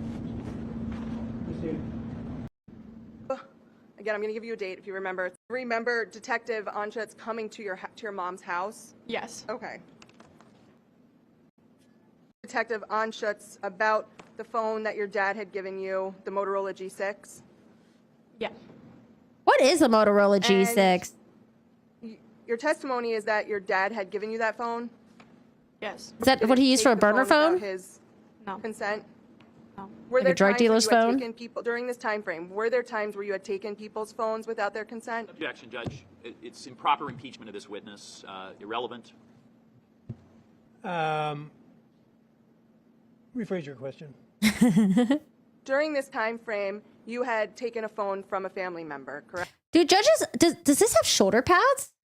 It's like so uncomfortable. I mean, it's better than what, like, you know, lawyers and judges wear in like UK and Australia and stuff. It's got shoulder pads, right? Correct. Again, Judge, this allegation is irrelevant and is improper impeachment. Overruled. Go ahead. Yeah, does she know the answer? Yeah, you can answer it, sorry. Yes. That was yes? Yes. Is that... Actually, I want to go back to the chainsaw statements that you were talking about earlier. You had said that, what happened, can you walk us through again what happened with that chainsaw when you got to the tree farm on the 16th? He took it out of the back trunk and he walked it into the barn and they were looking at it. They meaning my dad, my grandpa, my uncle, and that's all who's there, and me. And you told that to the detectives when Detective Anschutz came to your house. That's when you gave him that statement, right? Action. How would she remember what statement she gave certain information in? Relevant. Well, Sorry, you can answer it. This is prosecutor. I'm not sure I understand what your question is. You had told detective, maybe you don't remember when or with what detective specifically, but you had told them at one point. What? They don't wear the wigs? I know Australia. I thought Australia and in England they wear the wigs. And the lawyers. Sorry, they're not called lawyers. And what are they called again? They're called what's that special word that they call lawyers in like UK and stuff like that? But don't they also wear wigs too or something? Or maybe they just wear the outfit and not the wigs. Point. Like really that formal. Your dad took the chainsaw and out of the vehicle. Yeah, and took it out of the vehicle and took it into the barn. Not solicitors. Barristers. And Yeah, then barristers. Did he put the chainsaw then back in the vehicle? Correct, and we took it home, and then he took it out once we got home. The same one? Yeah, solicitors too, but I was looking for the word Do you remember barrister. telling detectives that your dad took a different chainsaw home with them when they left and left the original one there? It could be that I said that, yeah. I don't remember. Is that what happened? I'm not sure if that's what I said originally, then that statement probably has the best memory. So your memory today then is that you're not sure actually what happened with the chainsaw? I have recollection of it being taken out and put back into the vehicle. The same one? I'm not sure. The same chainsaw? Possibly. Okay. But you're saying whatever memory whatever you told detectives closer to that date would have been the most accurate thing? Correct. This was 3 years ago. Understandable.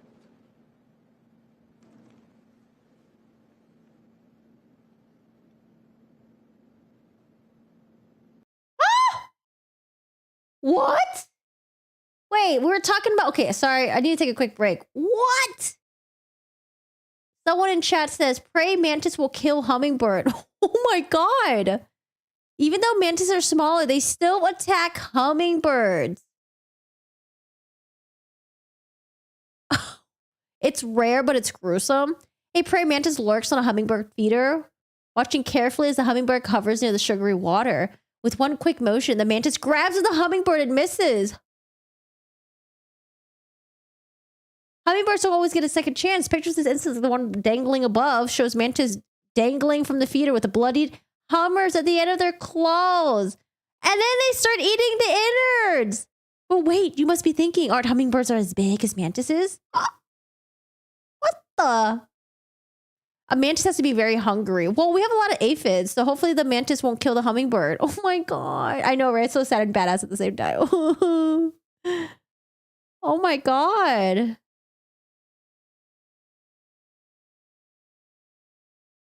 Jesus. They can also turn their heads 180 degrees. I mean, it seems like it rarely happens, but oh my god.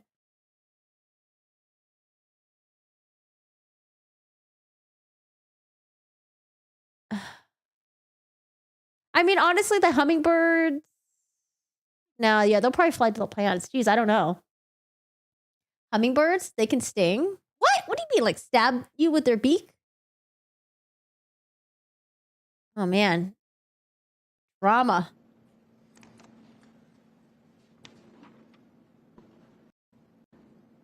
Is in your dad's house? I do. And you told detectives that he would usually have a lot of money in the house and that you would count it, right? I have counted that money before, correct. Dad's a drug dealer. Well, the question was whether you had told the detective that, Oh, sorry, yes. that your dad had a lot of money in the house Yeah. and that you would count it. Yes.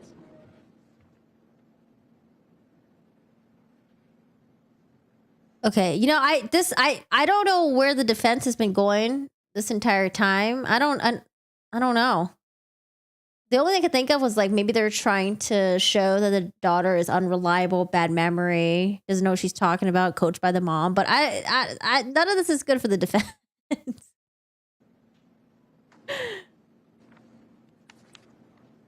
Do you know anything about psychedelic mushrooms? I do. Mom might be watching.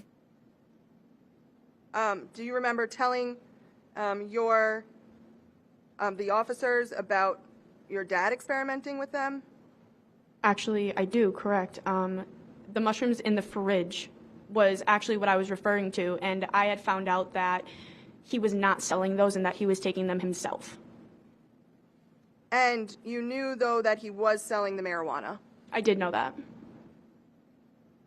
Oh, that's probably why he had like almost $50,000 in cash.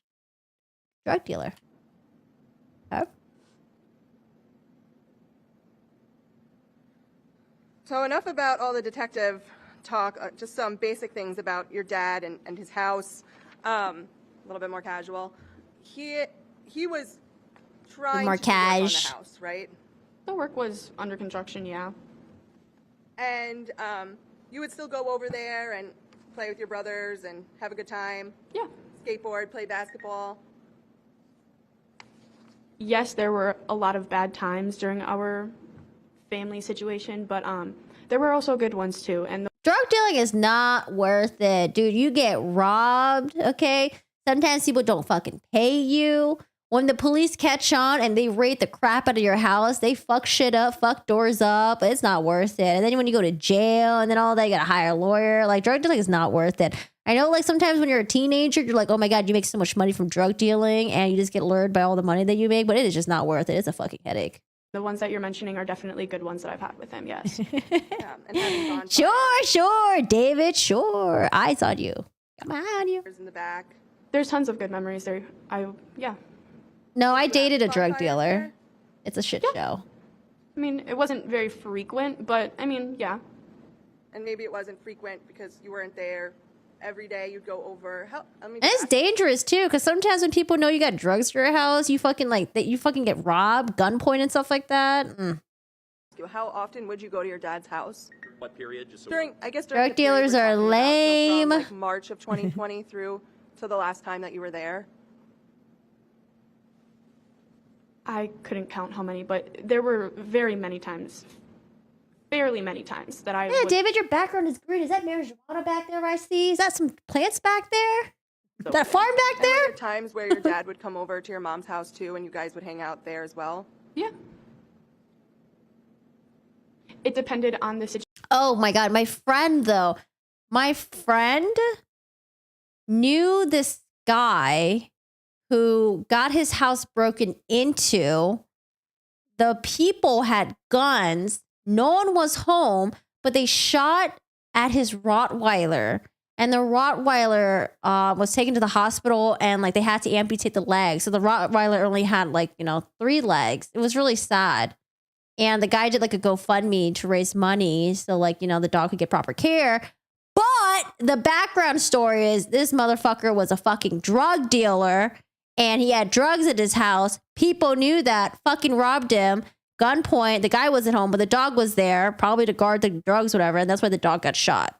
So, I'm glad that the dog got care, but the fact that he did a GoFundMe, and I'm pretty sure, I'll assume he would have fucking money. Maybe they robbed all his money and stuff. I don't know, it's just kind of weird to me, but whatever. Situation in the day. I know, right? Poor dog.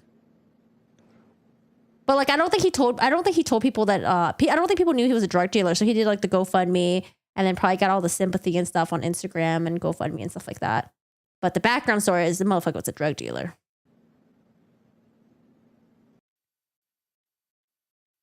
And that there would be certain, different reasons why.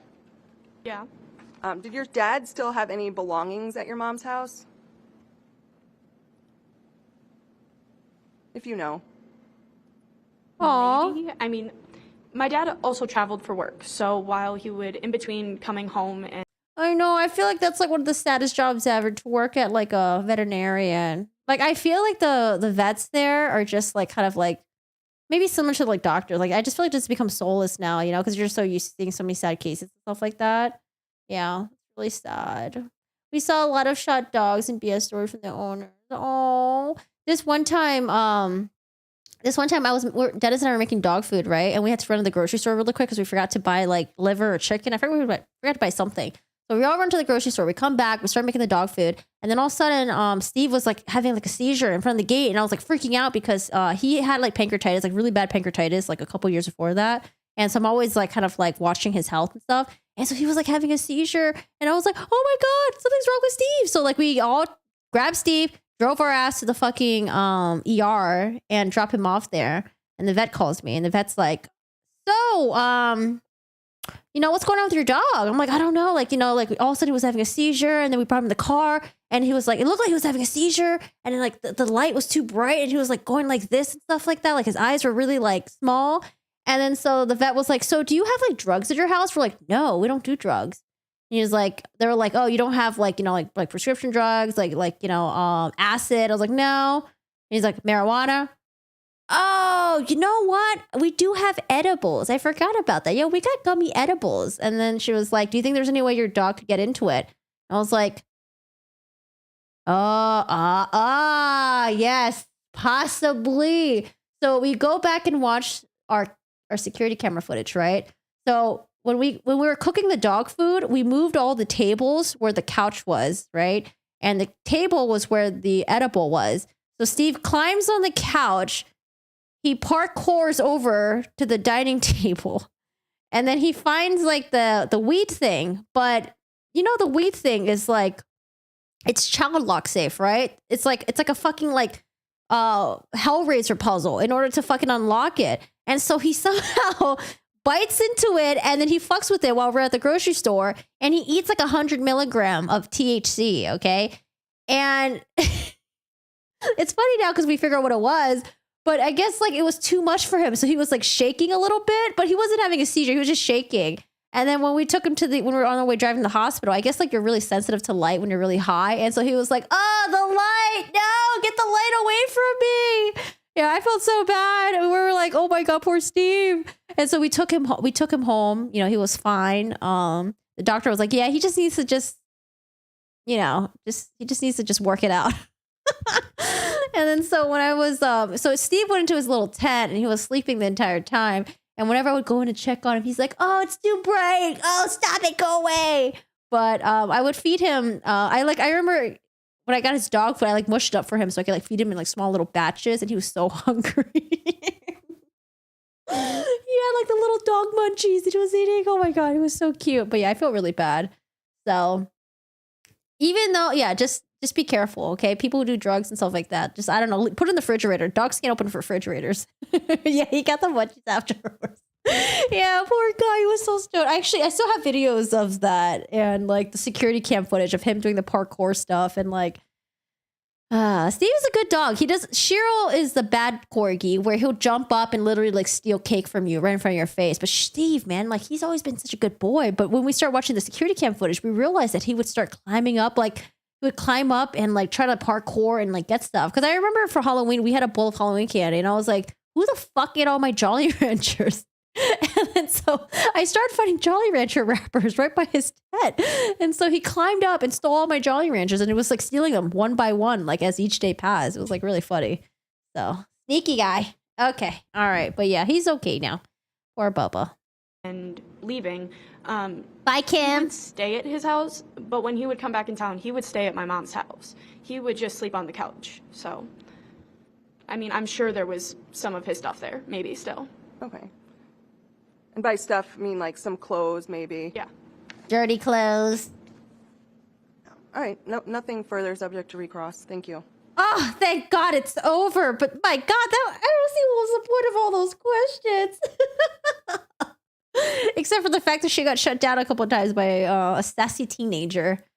All right, guys. Well, there's that. So again, a man is on trial for the murder of his ex-girlfriend's boyfriend at the time. I know that sounds really messy. He took his daughter to go spy on them. He planted a bunch of burner phones to track them down. He ding-dong ditched them while they were together. Like, there's a man-child over here. We'll see where this goes.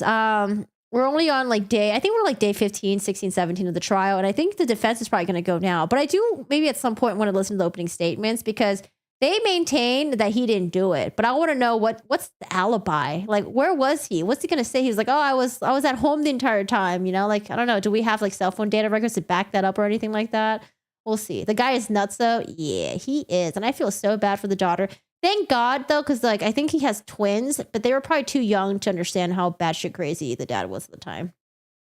Oh no, my ex once gave my dog some kind of drug that almost killed him. She claimed it was prescription, but it was definitely an amphetamine of some kind. She was a cokehead, so who knows? Oh my God, I'm glad that your dog was okay. Jesus. Yikes. Or yeah, I don't know. I remember when we were teenagers, like the kids would try to like get the dogs high, be like, oh yeah, my dog loves getting hot box. It's like, well, you don't know that. Dogs can't talk. They can't communicate with you, you know, and like I don't know, it's just sad. So yeah, don't drug your dogs up. All right, guys. Well, that's it for today. You know, we got through a lot of stuff. If you guys missed the stream, it's fine. I will have the stream live, and if there's some parts that interest you more than others, I will chop up the stream for you guys and upload on YouTube. I'm a little bit behind though because I didn't do it last week because I was really lazy and I was just beat from yard work. But the yard work is done. I'm going to do a vlog soon, so keep an eye out for that one. Thanks for hanging out. If anything else pops up though, oh, I do want to see. I think Stephen Smith's mom. I think she does an interview on Court TV at some point. So Vinnie Politan said she was going to come on today, so I'll keep an eye out on that. We can watch it together when that happens. But yeah, we'll definitely keep an eye out on all the stuff that's going on. Any updates with the Murdaugh stuff. There might be a lot of crazy shit coming out. We'll see. They're going to reopen. They've already reopened Stephen Smith's case. They're planning to exhume the body. I think they're going to reinvestigate Gloria Satterfield's death as well and exhume her body. And yeah, we'll keep you guys posted, all right? My alibi is that I cleaned my car with bleach during the murder. It was nice hanging out with you guys, all right? You guys are always making me laugh. Thank you so much for chatting with me. I do appreciate you guys. Thank you for those who are lurking as well. I always usually have streams up in the background. I listen. I don't really, interact and stuff. But dude, I thank you so much for hanging out. Have a good one. I do stream on Twitch as well. If you do video game stuff or you like watching video games, feel free to stop by in there. If not, I'll see you guys later, all right? Have a good one. Bye. See you later. Oh, God. I got to hit end stream.